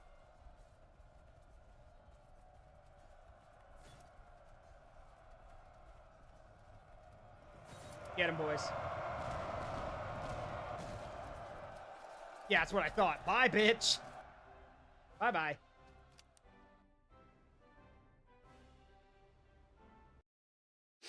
Yeah, those were dragoons, but it doesn't matter. Grenadiers are scary. Grenadiers, like, are the ultimate shock or heavy infantry during this day and age. They're shock troops. Okay. Things are kind of rough right now, so I want to replace my losses, first and foremost. Good job to the cannons, too. Well done. You're our, yep, cavalry charge. Yep. Cavalier. All right. Yeah, that took half our reservists to get back all those units. That's okay. And then you are an infantry commander, so go with firm. There we go.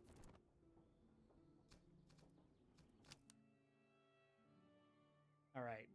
Like I said, that was probably the last battle for now, so let me, we can't do it here. Let's go to this place and buy some more ammunition. We need more ammunition.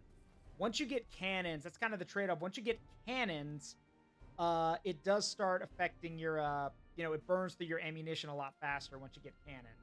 So, yeah, debased currency. So, and, hey, look, I'm sorry. I need the money, so, sorry. Plus, you guys were ripping me off anyway. It's not my problem. It's not my fault your currency's debased. But I'm certainly not going to use it if it is, so I'm just going to take what I want. This is how Zara does things, by the way. Takes what she wants, and if she can't get it, she'll take it anyway.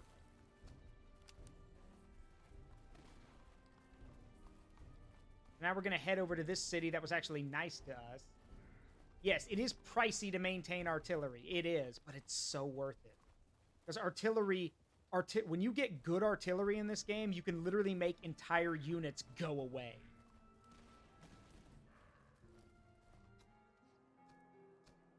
All right.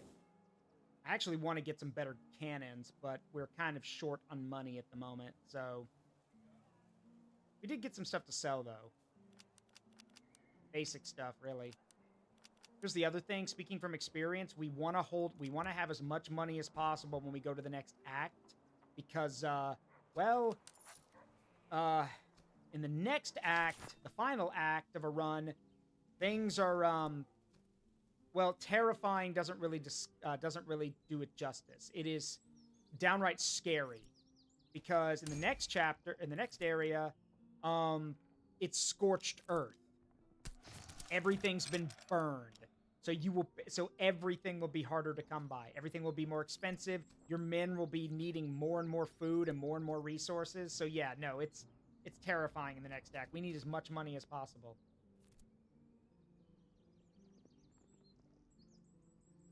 All right, also got some good melee muskets. Perfect for our grenadiers. There you go.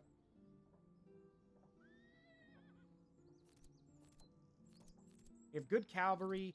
We have good veteran musketeers who I want to turn into lifeguards at some point. And what I want to do is drill. I don't want to fight another battle. I want to drill until it's time to fight the headquarters unit. Because if we drill, then these guys gain experience, which is great. So, that's what I want.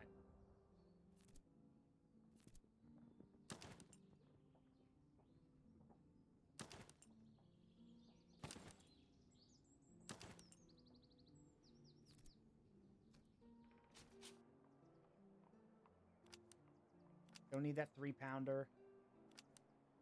Don't need that. We can sell a lot. Oh, no, we can't. Never mind. They have no money here, so let's go to somewhere else to sell some. There we go. That's better.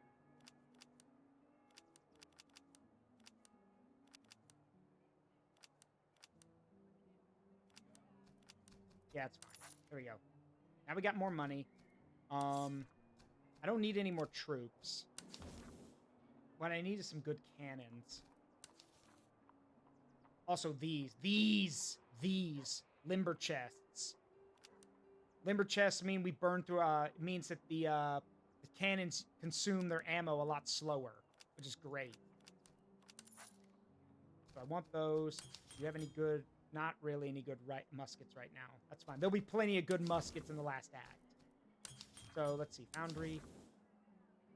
All right, so we've got a 8-pounder already. So what else do we have? An iron icon. Well, no, I want accuracy. I need the guns to be accurate. I'm looking at the accuracy. 6-pounder, 6-pounder, 12-pounder. The thing is, the bigger the gun, the less the accuracy. Which, duh. Because for those who don't know, bigger the gun, the more it jumps back when they shoot it. So they have to realign the gun after shooting it. So an iron 8-pound icorn. That would actually come in handy. And what do we got? Actually, better idea. Take that one, and then I want a... Let's see. Yeah, that'll work too. So yeah, we're cutting our funding in half by doing this, but hey. Again, I kind of have to make up for the fact that my guys are garbage with artillery, remember? Because Prussian artillery sucks. I do want those, though. That'll help. That's definitely going to help. Check this out. Okay. These guys are fine. Here, you can have this one. You guys can have that one. Okay. So we give them that, which decreases their ammo consumption. This will help them consume even less. The regimental staff commissar, which will help. And then I'm going to give you guys one as well. You actually need 2 things. There you go. So now they'll use less ammunition, which is great. I mean, these are good guns, so we need to be careful with them. And we can also sell back some of these cannons. We won't get a lot for them, but it's better than nothing. Okay, we have money. Not a lot. So what we're going to do now is... You, Odenburgers. These guys tried to rip me off. It's also one of the biggest cities on the map. Wait. This first. Take the fort first. Then we'll burn the town. You know what? Maybe not. Damn. Your Grace, we stand before a true fortification of modern design. Laid out in the star pattern and ringed with a series of redoubts, each fully garrisoned, a regular siege will be necessary to reduce it. Our artillery must be brought forward, along with sufficient provisions and spare troops for the duration of the operation. It's possible that the enemy may attempt to sally forth and engage in a pit battle. Should an effort be made, it is likely the forces sent are drawn from their field headquarters, weakening their strength elsewhere. So for those who don't know, this is a star fort. It is done in the shape of the star. They have trenches dug, redoubts on the outside, and the parts of the wall. This is like the ultimate fort design back then. Like, this is one of the hardest forts to take back then. This is this is a fortress. All right, entrench. Siege status, redoubts manned. Your Grace, our batteries are drawn up before the enemy's outworks. The redoubts are fully manned, their embrasures lively, and pickets sweep the glacis with constant fire. Sappers creep under the guns to mark the ground, yet the space between is stripped of cover and deered across. We may press the parallels and bring the saps forward, concentrate our fire on a single work, or charge the redoubts. Engineers request fascines and ladders and warn that a hasty assault will cost us heavily. Yeah, they're right. It will be costly. How long do we have till they show up? We've got a few more days. So, yeah, surround the redoubts. The redoubts are captured. Your Grace, the outworks are captured. Our men went in with bayonets fixed, turning the captured pieces upon the fortress and driving the gunners from their post. We may push to the covered way and plant batteries near the curtain, or halt to dress the ranks, bind wounds, and bring up powder. So now we've encircled the fort. Order a bombardment of breaching the walls. Mass bombardment. Undermine the walls with sapper. No, mass bombardment. The walls hold. Yeah, keep going. Fire! Damn it. Fire, damn you! There we go. Breach. We got a breach. So, likely chance the fort's captured. Into the breach. Seize the covertry with grenades. There we go. Got it. And we get a doctrine. Ooh! No, field hospitals. Less casualties. All right, now then. Well, where was I? Oh, right. Burning this. So we didn't take many losses, actually. We used up a lot of our ammunition, though, which is the trade-off. But we're about to get... We got a lot of it back. By God's light, I smite you! Well. Hang on. Where's my thing? There I am. Hang on. But yes, that was kind of costly, but it was worth it. We've gotten back most of the ammunition we used. We got a new doctrine for our troops, and now we're about to get back a lot of our money.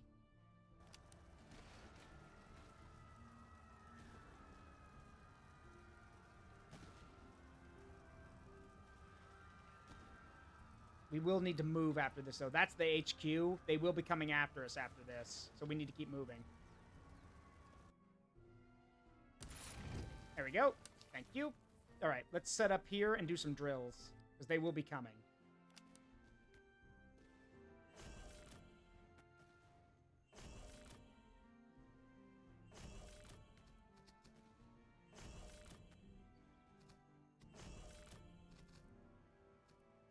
All right, that'll work.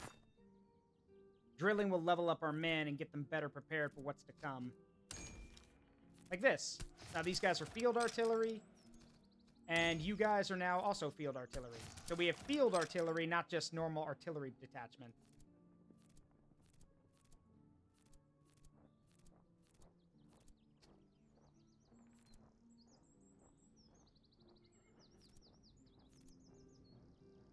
Got some good stuff in there, too. Not a lot, but hey, it's better than nothing. All right, we can't drill anymore because we'll run out of ammo, like backup ammo, so we're fine for now. We're fine. Let's go meet... Well, you know what? No, they can come to us. Let them come... Yep. Enemy headquarters in pursuit. Yep, so they're coming to us. That's fine. Unfortunately, we need to move to avoid that. Ooh, hello! Is that a mountain range I see?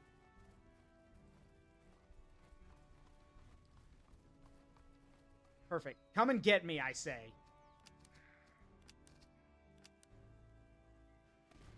Yep. But sadly, we're going to save here. And we will pick up next time. This will be the Act 2 finale. We are outnumbered. But... Ooh. Actually, there is no but. We are just outnumbered. We are outnumbered. The French are our enemies. So, very briefly, the Prussians and the British are fighting everyone else. That's what's going on in this time period. The Prussians and the British are fighting everyone else. All right. So that's going to do it for now. We are going to go raid someone, so hang tight real quick. Let us find someone to raid. If you have recommendations, please let me know. But otherwise, I'm going to pick someone. But yeah, I'm open to suggestions. Otherwise, we're going to go say hi to Vixen, who's getting ready to play Spyro, I believe.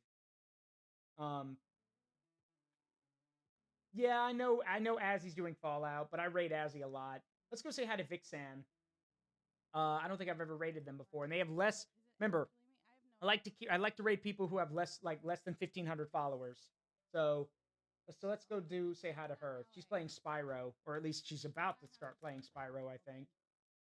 All right, let's do this. As always, it has been a privilege and a pleasure to entertain all of you. I hope you had a good time. I've been Zaruk Windcaller, and remember that the memories we make in life, good and bad, make us who we are. I'll see you guys tomorrow for Ratchet and Clank: A Rift Apart. Have a great night. Love you guys, and don't worry, I'll be okay. All right, talk to you guys later. Have a good one. Bye-bye.